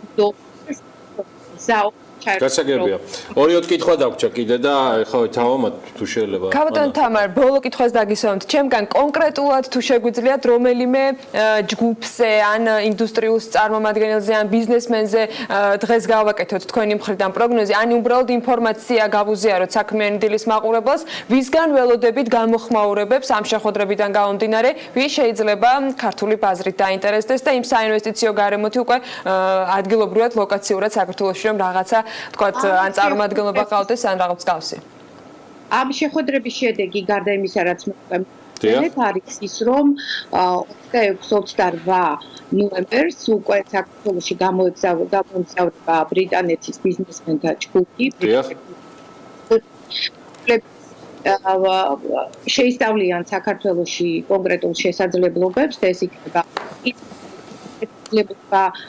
კონკრეტული დიალოგის რომელიც მათ ინტერესებს და მეორე ეს იქნება გაგრძელება ამ დიალოგის უკვე ლონდონში 20 ნოემბერს შედგება ევროპის განვითარებისა და განვითარების კონსტრუქციის ბანკის შენობაში სპეციალური დიდი კონფერენცია საქართველოს ინვესტიციის პოტენციალის შესახებ, რომელსაც რომლის ორგანიზაცია უკვე 1 წლის განმავლობაში ახორციელებდა საქართველოს საელჩო. მოგეხსენებათ, დიპლომატია ქმნის შესაძლებლობებს და ეს არ არის მარტო პოლიტიკური დიალოგი, ეს არის ახალი პლატფორმების გამოყენება, როგორც არის მაგალითად სავაჭრო პალატები და აქ საელჩო თანამშრომლობის შედეგად უკვე კონკრეტული კავშირები დამყარდა შოტლანდიის, უელსის, გიბრალტარის სავაჭრო პალატებთან და მალე გაფორმდება სპეციალური მემორანდუმი. დარწმუნებული ვარ, ამ შესაძლებლობებს როგორც ბრიტანული, ასევე ქართული ბიზნესი ძალიან აქტიურად გამოიყენება. მადლობა. ალბათ თქვენ ახსენეთ ბრექსიტი ბრიტანეთს დიდ ბრიტანეთს უწევს ახალი სავაჭრო ხელშეკრულების დადება თვითონ ევროკავშირთან ახალ პირობებზე ლაპარაკი. ამ ვარაუდობენ რომ თუ არ ვცდები 2 წელი იგივე ძველი პირობებით იქნება, მაგრამ მე პრინციპულად ახალი გადაიხედება, ბრიტანეთს უნდა რომ არ გადაიხედოს. ამ მოვლენების შუქზე აი საქართველოს რა შესაძლებლობებსაც აძლევს. იქნება ეს თქვენ რაც ახსენეთ თავისუფალი ვაჭრობის ხელშეკრულება ჩინეთთან და იგივე DCFTA როგორ შეუძლია ბრიტანეთს ეს გამოიყენოს? მე უკვე ამ თემაზე ვისაუბრე და კიდევ ერთხელ მინდა ხაზი გაუსვა, რომ პროცესი, რომელშიც დღეს ბრიტანეთია ჩართული, ეს არის რთული, ძალიან უპრეცედენტო და საკმაო ენერგიას და პოლიტიკურ კაპიტალს მოითხოვს, როგორც ევროპაში, ევროკავშირში და ასევე ბრიტანეთში, მაგრამ ამოცანა არის ნათელი. ბრიტანეთის მოსახლეობა მიიღო გადაწყვეტილება და 2019 წლის მარტში ევროკავშირს დიდი ბრიტანეთი დატოვებს. შესაბამისად, უმნიშვნელოვანესია ეს პროცესი, როგორ მოხდეს საერთო ევროპული ეკონომიკის და როგორ ჩამოყალიბდეს თავისუფალი ვაჭრობის შეთანხმებები, როგორც თვითონ ევროკავშირის ქვეყნებთან ცალკეულ და ასევე სხვა პარტნიორებთან. საქართველოს ამ პროცესში უკვე ერთვება. პოლიტიკური გადაწყვეტილება მიიღებულია და ჩვენ ერთობლივად ვიწყებთ მოლაპარაკებას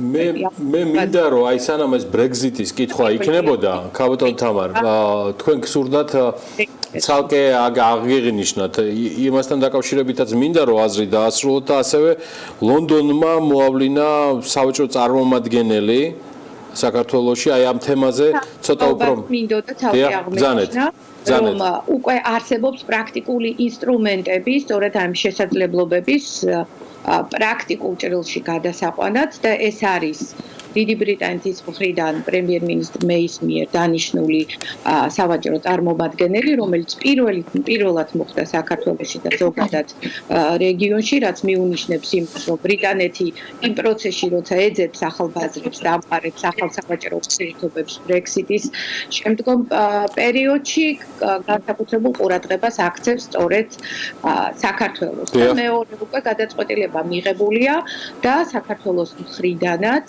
მალე ცენტრალურ დედაქალაქებში მოვლინებული იქნება კომერციული ატაშეები, რომლებიც გააქტიურებს ასევე ამ მიმართულებით საქმიანობის წარმართვას ჩვენი ინტერესის გასაგებად. პერსონიფიცირება დიდ ბრიტანეთში ჩვენი კომერციული ატაშეში, რომელიც ფაქტიურად ერთ-ერთი ცენტრი არის, განსაკუთრებით ლონდონზე ვსაუბრობ ამ შემთხვევაში, შეგვიძლია უკვე ქალბატონ თამარ, ანუ არის ჩამოყალიბებული პერსონა. ეს პროცესი დაწყებულია, კანონმდებლობა მიღებულია, მე როგორც რაც შემცნობილია უკვე დაწყებულია შერჩევის პროცესი და უკვე მომავალში უნდა განისაზღვროს კონკრეტული პიროვნება, რომელიც დაიწყებს უღრმესი მადლობა ქალბატონ ელჩს.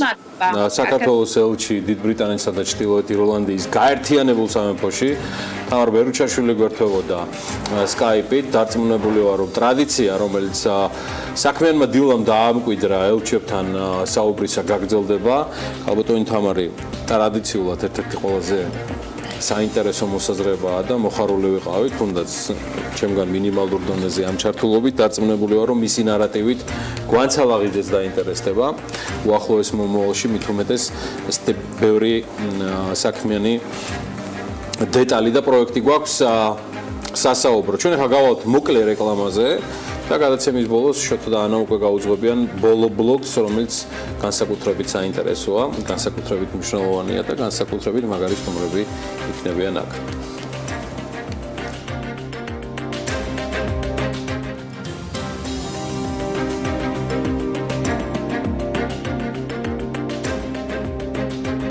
ფერადი წინდები მოსაწყენი წინდების ნაცვლად. ამ პროდუქტს ალტერსოქსი წარმოგვიდგენს, ბრენდი, რომელიც ბაზარზე წელიწად ნახევრის წინ გამოჩნდა და დღეს ერთ-ერთ წარმატებულ მეწარმეთა სიაში სახელდება.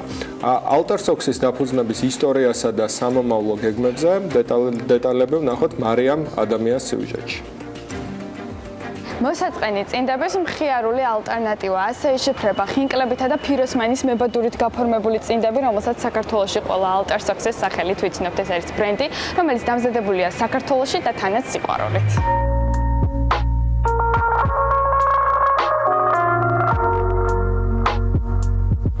ეროვნული მოტივებითა თუ ინდივიდუალური დიზაინით შექმნილი წინდების ბიზნესი წყვილს ნინა მენთეშაშვილსა და რეზი ბესელაშვილს ეკუთვნის. იდეა წელიწად ნახევრის წინ გაჩნდა და მალევე დაიწყეს ინფორმაციის მოკვლევა. საქსოვი ნედლეულის ძებნა, სასაჩუქრეშა ფუთვის დამზადება და საბოლოოდ წარმოებაში ჩაუშვეს. სიახლემ გაამართლა, ფერადი წინდები ბაზარზე აქტუალურ ტრენდად იქცა და სასურველ სასაჩუქრე ნივთადაც გადაიქცა. ამბობენ, რომ მუშაობის პროცესი საკმაოდ რთულია და სპეციფიურ ცოდნას მოითხოვს. დასაწყისში იხატება მოდელი, შემდეგ იქსოვება, საბოლოო შედეგი კი იტესტება. ასე შეიქმნა ბრენდი, რომლის მიზანიც წელიწადის ნებისმიერ დროს ერთმანეთისათვის პოზიტიური განწყობის გაზიარებაა. ჩვენი პირველი ფილიალი, რომელიც გავხსენეთ ერთ-ერთ სავაჭრო ცენტრში, იყო ერთადერთი ჩვენი გაყიდვების წერტილი, ესე ვთქვათ, რაც ჰქონდა. ყავდა ორი თანამშრომელი და დანარჩენს ყველაფერს ვაკეთებდით ჩვენ თვითონ მე და რეზი. და მე უკვე ეტაპობრივად ფაქტიურად ისე გამოვიდა, რომ ყოველ 2 თვეში ერთხელ გვემატებოდა ახალი ფილიალი მოთხოვნა გამომდინარე. თავიდან ერთ-ერთი ყველაზე ცუდი ბარიერი, რაც ესე ცუდად და მკაფიოდ მახსოვს, არის სავაჭრო ცენტრებთან ურთიერთობა, იმიტომ რომ არავინ არ იცოდა ვინ ვიყავით, არავინ არ იცოდა ალტერსოქსი და თან მსგავსიც არაფერი არ იყო ბაზარზე. მსგავსი ბრენდია, ვერ წარმოედგინათ, რომ თქვათ ეს კარგად იმუშავებდა, ცუდად იმუშავებდა, ანუ ძალიან ეჭვის თვალით გვიყურებდნენ და ზოგადად ბევრ სავაჭრო ცენტრს არც კი უნდოდა, რომ ჩვენ თავიდან თქვათ მათთან გვეთანამშრომლა და აი ეგ იყო ერთ-ერთი, ანუ რეალურად ის ვიგრძენია, როცა არავინ არ გიცნობდა, როცა ცოტა განსხვავებულს აკეთებ რაღაცას, ამის მიღება ადამიანებს შევა გაუჭირდეთ თავიდან, ხო და მე უკვე როცა გაგვიცნეს, მე თვითონ გვირეკავდნენ, რომ მოდით და ჩვენთანაც გვიტა, რომ მე უკვე დაინახეს, რომ თურმე კაი იდეაა და თურმე კარგად მუშაობს. წარმატება შეიძლება მოიპოვო ყველაფერში, გააჩნია რა კუთხით შეხედავ იდეას. სწორი ბიზნეს მოდელისა და შრომის შემთხვევაში კი წინდასაც შეუძლია ბაზარზე ერთ-ერთ ყველაზე მოთხოვნად მეწარმედ გაქციოს, რომლის ნათელი მაგალითი სწორედაც რომ ალტერსოქსია. დღეს ბრენდი აერთიანებს თბილისში 5 ფილიალს, ბათუმსა და ქუთაისში კი ჯერჯერობით თითოს. თუმცა გარდა ამისა, სტენდები დგას თითქმის ყველა ტურისტულ ადგილასა და სუვენირების მაღაზიებში მთელი საქართველოს მასშტაბით. ხოლო უახლოეს მომავალში ალტერსოქსის წინდების შესაძლოა საერთაშორისო ბაზარზეც ვიხილოთ. თავზე რომ ეხსნება სავაჭრო ცენტრი, დიდი სურვილი გვაქვს იქ თუ შედგა პარტნიორობა, იქაც იყოს ალტერსოქსის წინდები წარმოდგენილი. მეორე გეგმა არის ის, რომ პრინციპში უკვე წელიწად ნახევარი გავიდა რაც ვარსებობთ, რაც გამოცდილება შევიძინეთ და ახლა ძალიან დიდი სურვილი გვაქვს, რომ გავიდეთ ექსპორტზე, ანუ გავიტანოთ ალტერსოქსის საზღვარგარეთ, რამდენიმე დაინტერესებული პირი არის. პრინციპში უკვე ერთ-ერთ ქვეყანაში თითქმის შეიძლება ითქვას, რომ გასულები ვართ და როგორც კი გავალთ ეს ყველაფერი რომ შესრულდება, მე უკვე ამაზე განვაცხადებთ ამის შესახებ. რაც შეეხება უშუალოდ კოლექციაში შემავალ სიახლეებსა და სამომავლო გეგმებს, ბრენდი არ ღალატობს პრინციპს, რომელიც გულისხმობს მუდმივ განვითარებასა და განახლებას. ახლახანს ჩაეშვა ჰარი პოტერისა და გრიფინდორების პრინტით გაფორმებული წინდები. საახალწლოდ კი უკვე დაიწყეს თემატურ პროდუქტზე მუშაობა. თუმცა გარდა წინდებისა ასევე იგეგმება კიდევ სხვა დამატებითი აქსესუარების წარმოებაც. საწყლიანი ეთერი ნამდვილად არ გველოდება წინ. ვიმასპინძლებთ რუსკა ქურდოვაინძეს, TBC ბანკის ბიზნესის მხარდაჭერის პროექტების მენეჯერს, ნინა მენთეშაშვილს, ალტერსოქსის დამფუძნებელს და მასთან ერთად ასევე ამავე კომპანიის ალტერსოქსის დამფუძნებელს რეზი ბესელაშვილს. თუმცა სანამ გადავალთ ალტერსოქსზე, იქამდე რუსკასთან მინდა კითხვა დავსვა. ეს ადამიანები არიან ერთ-ერთი მათგანი, ვინც მოხვდნენ ფინალისტებს შორის და მოდი დაჯილდოებაზე ვიკითხავ პირველ რიგში. როგორ მოხვდნენ ესენი იქ და რას გვიმზადებ დაჯილდოებისათვის? პრინციპში ვიცით უკვე ვინ არიან ფინალისტები და არჩევანი ძალიან საინტერესო უნდა იყოს. გამარჯობა, პირველ რიგში დიდი მადლობა მოწვევისთვის. 6 ნომინაციის მიხედვით ფინალისტები ბიზნეს დაჯილდოების უკვე ცნობილი არიან და პირველ რიგში მინდა მივულოთ ალტერსოქს. და მინდა აღნიშნო ის, რომ ფინალში გადასვლა და მინდა აღნიშნო ის ფაქტი, რომ ამ კომპანიამ კონკრეტული პროდუქტის მიმართ საზოგადოების დამოკიდებულება ქცევა და კულტურა შეცვალა ძალიან მოკლე ვადაში. და ასევე ძალიან მოკლე ვადაში შეძლო ის, რომ მიაღწია ქართულ ბაზარზე აი ამ ხელად ცნობადობა მოიპოვა. 6 ნომინაციის მიხედვით უკვე ცნობილი არიან 3 ფინალისტი და ერთი, რომელიც არის წლის სტარტაპერი, გამოვლინდება ხმის მიცემის პრინციპით, დაახლოებით ნოემბრის ბოლოს დაიწყება ეს ხმის მიცემა. წარმატების გაზიარების პროცესში ჩვენთვისაც მნიშვნელოვანი არის, როდესაც ამ პროექტის პარალელურად შეგვიძლია, რომ ის ადამიანები, ვინც ამ კონკურსში იღებდნენ მონაწილეობას და ჯერ ისევ არიან კონკურსანტები, საზოგადოებას გაუზიაროთ. თქვენი მიზანი რა იყო, როდესაც პრინციპში ხა ალტერსოქსის მაგალითზე შეგვიძლია ვთქვათ, რომ მათ ცნობადობა არ აკლდათ. იმიტომ ძალიან პოპულარულები იყვნენ ამ წელიწად ნახევრის განმავლობაში, მაგრამ მაინც რატომ გადაწყვიტეთ, რომ უკვე მეორე წელია წარმატების გაზიარებაში ჩართულები ყოფილიყავით და სხვა პატარა ბიზნესებისათვის მიგეცათ ასეთი შანსი? გეტყვით ახლა. ზოგადად TBC ბანკის მისია შექმნას ახალი შესაძლებლობები ხალხის და ბიზნესის წარმატებისთვის. აი სწორედ ეს კონცეფცია აქვს ბიზნეს დაჯილდოებასაც, ეს არ არის უბრალო კონკურსი, ხო, რომ ვიღაც გამოვლინდებიან ფინალისტები, მერე გამოვლინდება გამარჯვებული, ჩატარდება რამდენიმე ღონისძიება და ასე შემდეგ. რეალურად ეს არის კონცეპტუალურად ბიზნეს დაჯილდოება, ეს არის შესაძლებლობების, წარმატების შესაძლებლობების პლატფორმა. რატო? ეხლა ანუ სლოგანიც ამას ემსახურება, გააზიარე წარმატება, რომ უკვე შემდგარი ბიზნესები საკუთარი წარმატების და გამოცდილების გაზიარებით ხდებიან სტიმული და ინსპირაცია დამწყებებისთვის. და როდესაც სტიმული ხარ სხვებისთვის, ეს უკვე მართლა წარმატება და ეს უკვე ძალიან მაგარია, იმიტომ რომ რეალურად ბუსტავს საზოგადოებაში ბიზნესის კეთების თემას და თქვენ რატომ გაგვიშვათ იდეა, რომ ამ კონკურსში მიგეყოთ მონაწილეობა, იმიტომ რომ იგივეს ვიტყვი აქაც არ გაკლდეთ პოპულარობა, ცნობადობა, წარმატების ხარისხი, რატომ გადაწყვეტოთ რომ ყოფილიყოთ კონკურსანტები? ხო, ესე იგი, რატო გადავწყვიტეთ? ჯერ ერთი, იმიტომ რომ ვფიქრობ, აი ხა რუსკამ რაც თქვა, რომ სტიმულის მომცემია ძალიან დიდი, როცა რაღაც მსგავს ღონისძიებაში იღებ მონაწილეობას. მეორე ის, რომ ჯერთი ცნობადობა ზედმეტი არასდროს არ არის და ჩვენ პრინციპში წელიწადნახევრის წინ შემოვედით ბაზარზე, მაინც პატარა კომპანია ვართ, ახლები ვართ, ესე ვთქვათ და ყოველ წელს თქვათ მსგავს ღონისძიებაში მონაწილეობის მიღება ჩვენთვის და ჩვენი ცნობადობისთვის მხოლოდ და მხოლოდ სარგებლიანია.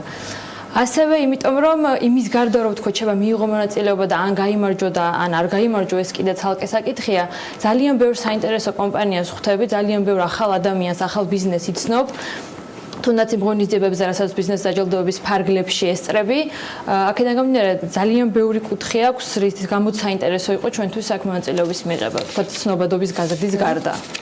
პატარა კომპანია ვართ, რას ნიშნავს ამდენ პროდუქტს ყიდით, ხო? უკვე რამდენი ადამიანი მუშაობს თქვენთან, საწარმო პროცესი რო აღწეროთ, ეს საინტერესოა. როგორ ხდება? ჩვენთან ამჟამად მუშაობს 20-მდე ადამიანი, თითო ფილიალში 2 ადამიანი განაწილებული, ასევე ოფისშიც 2 ადამიანი გვყავს, პლუს ბუღალტერი. პატარას მაინც ვეძახით დიდ კორპორაციებთან შედარებით. დიდ კორპორაციებთან შედარებით ბიზნეს თუ შეიძლება დაიყოს თქვა პატარა საშუალო და დიდ ბიზნესებად. საშუალო ბიზნესებიც კი ეს ოფიციალური განმარტებით ჩვენზე უფრო დიდები არიან. რაც შეეხება საწარმოო პროცესს, არის ეს თქვათ ჩვენ ყავს ეს თქვათ პარტნიორი ფაბრიკა, რომელთანაც ეს თქვათ თანამშრომლობთ. ჩვენ ეს ვქმნით დიზაინს, რაღაც იდეები მოგვდის თავში, შემდეგ ხდება სპეციალურ ფორმატში ამ დიზაინების გადატანა, ხდება ნიმუშების გაკეთება, ფერების შერჩევა, არის ძალიან დიდი კატალოგი ძაფის, ანუ ბამბის ძაფის ფერების და შემდეგ ეს ყველაფერი როდესაც უკვე შედგება, იქსოვება ნიმუში, ხდება ამის გამოცდა, თქვათ როგორი არის ნახატი, როგორ დაჭდა და ასე შემდეგ. და თუ შევთანხმდით ამაზე, მე უკვე მიდის რაოდენობაში ქსოვა. ფინანსებზე მინდა გითხოთ, რამდენი დაგჭირდათ საწყისი თანხა იმისათვის, რომ სურვილი გაქციათ რეალურ ბიზნეს ნაწილად და თუ არ არის საიდუმლო წლიურ ბრუნვას დაახლოებით 2017-ში რამდენი დახურავთ? რამდენი დავხუროთ, არ ვიცი, დამოკიდებული არის ახალი წლის პერიოდზე, როდესაც, გაყიდვების დიდი ნაწილი მოდის დეკემბერზე.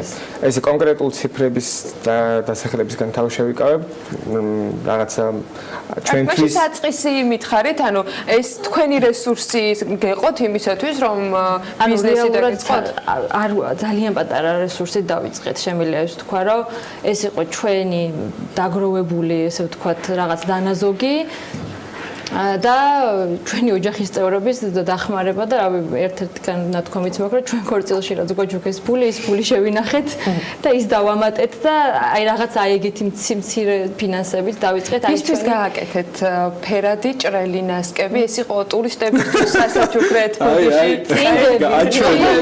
აჩვენე ეს იყო ბოდიში ეს იყო ტურისტებისთვის სასაჩუქრე თუ უბრალოდ ქცევა გინდოდათ რომ შეგეცვალათ ანუ ტურისტები ჩვენი პირველი ესე ვთქვათ პირველადი სეგმენტი არ იყო როცა ვქნიდით ალტერსოქს პირველ რიგში ქონა გათვლილი საქართველოსზე და ქართულ ბაზარზე და ყველა ადამიანზე ვისაც უნდა რომ თავისი თავი ვთქვათ გამოხატოს ისე თუნდაც ისეთ პატარა აქსესუარში როგორც არის წინდა და რეალურად არის კიდევაც წინდა გამოხატვის საშუალება როგორც ვთქვათ ნებისმიერი ვთქვათ საათი ან ნებისმიერი სხვა აქსესუარი უბრალოდ რაღაცა არ ქონდა ეს დატვირთვა ამ პროდუქტს, რაღაც ყველას უმეტესად აცვია, ეცვა, შავი, მუქი ფერის წინდა და ჩვენ მოგვინდა რომ რაღაცა გაგვეხალისებინა ადამიანები, შეგვექმნა ესეთი პროდუქტი, რომელიც მათ ყოველდღიურობას გაახალისებდა და შემდეგ უკვე იქიდან გამომდინარე რომ თქვა ქართული თემატიკა გავაკეთეთ, იგივე ხინკლები ვახსენეთ, ფიროსმანი, ჩოხა და ასე შემდეგ.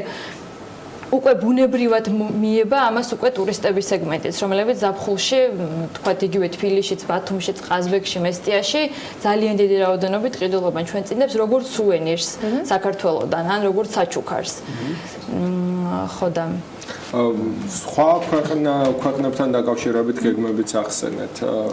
როგორ არის ეს გაფართოების მოდელი? ის მაინც გაგვიმხილეთ მეზობელი ქვეყნებით იწყებთ თუ შორეულით და მომავალი წლის გეგმები რა მიმართული? ბატონო. ესე იგი, როდესაც აქ ბაზარზე მეტაკლებად ფეხი მოვიკიდეთ და გავფართოვდით, რა თქმა უნდა, ძალიან დიდი სურვილი გქონდა, რომ უცხოეთშიც გავსულიყავით, დაინტერესება სხვადასხვა პირის განმოდის მუდმივად. მაგალითად, მცირე რაოდენობით ეხლაც იყიდება ნიუ-იორკში, ბრუკლინში ერთ-ერთ მაღაზიაში, იყიდება ბერლინში, ქართული პროდუქტების ონლაინ მაღაზიაში. სხვათა შორის წელს ძალიან ბევრი სტუმარი ყავდა ირანიდან და ორი ძალიან კარგი ადამიანი გვესტუმრა ჩვენ და ძალიან დიდი სურვილი გამოთქვეს, რომ ირანშიც გაყიდულიყო ჩვენი წინდები და რაღაც რაოდენობა წაიღეს. და ეხლა უკვე ეს თქვათ მეტნაკლებად ოფიციალურად ერთ-ერთ ქვეყანასთან უკვე ვასრულებთ მოლაპარაკებას და კონტრაქტზე ხელის მოწერის თქვათ ეტაპს და შემდეგ უკვე გავალთ იქაც. ეს არის საუბარია ქსელზე, რომელიღაც სხვა ქვეყანაში, ან ქსელზე თუ მაღაზიაში. ფრენჩაიზის ტიპის თანამშრომლობაზე არის ახლა ლაპარაკი, რომ ანუ ალტერსოქსის სახელით, ხო. მე წარმატებას გისურვებთ და სანამ დაგემშვიდობებით რუსკას მინდა კიდევ ერთხელ ვკითხო იმ ნომინანტების გარდა რომელიც ცნობილი არის, ვიცი რომ შესაძლებელი არის საკუთარი სიმპათიის დაფიქსირება ვებგვერდზე. Როდემდე შეგვიძლია აზარტულ ნაწილში ვიყოთ ჩვენც ჩართულები გარდა აზარტული მოლოდინისა გამარჯვებულების. გეტყვით, ერთი ნომინაცია გვაქვს წლის სტარტაპერი, რომელსაც გამოავლენს ხალხი და ხმის მიცემის პროცესი დაიწყება ნოემბრის ბოლოს დაახლოებით. დაახლოებით 2 კვირა გაგრძელდება და თვითონ გალა დაჯილდოებაზე გამოვლინდება უკვე გამარჯვებული. ხალხი ხმის მიცემით. აქ წინასწარ კიდევ რას გვეტყვი ამ დაჯილდოებასთან დაკავშირებით, რა შეგიძლია რომ გაგვიზიარო იმ წინა პერიოდზე მათ შორის, რომელიც საკმაოდ აქტიური იყო.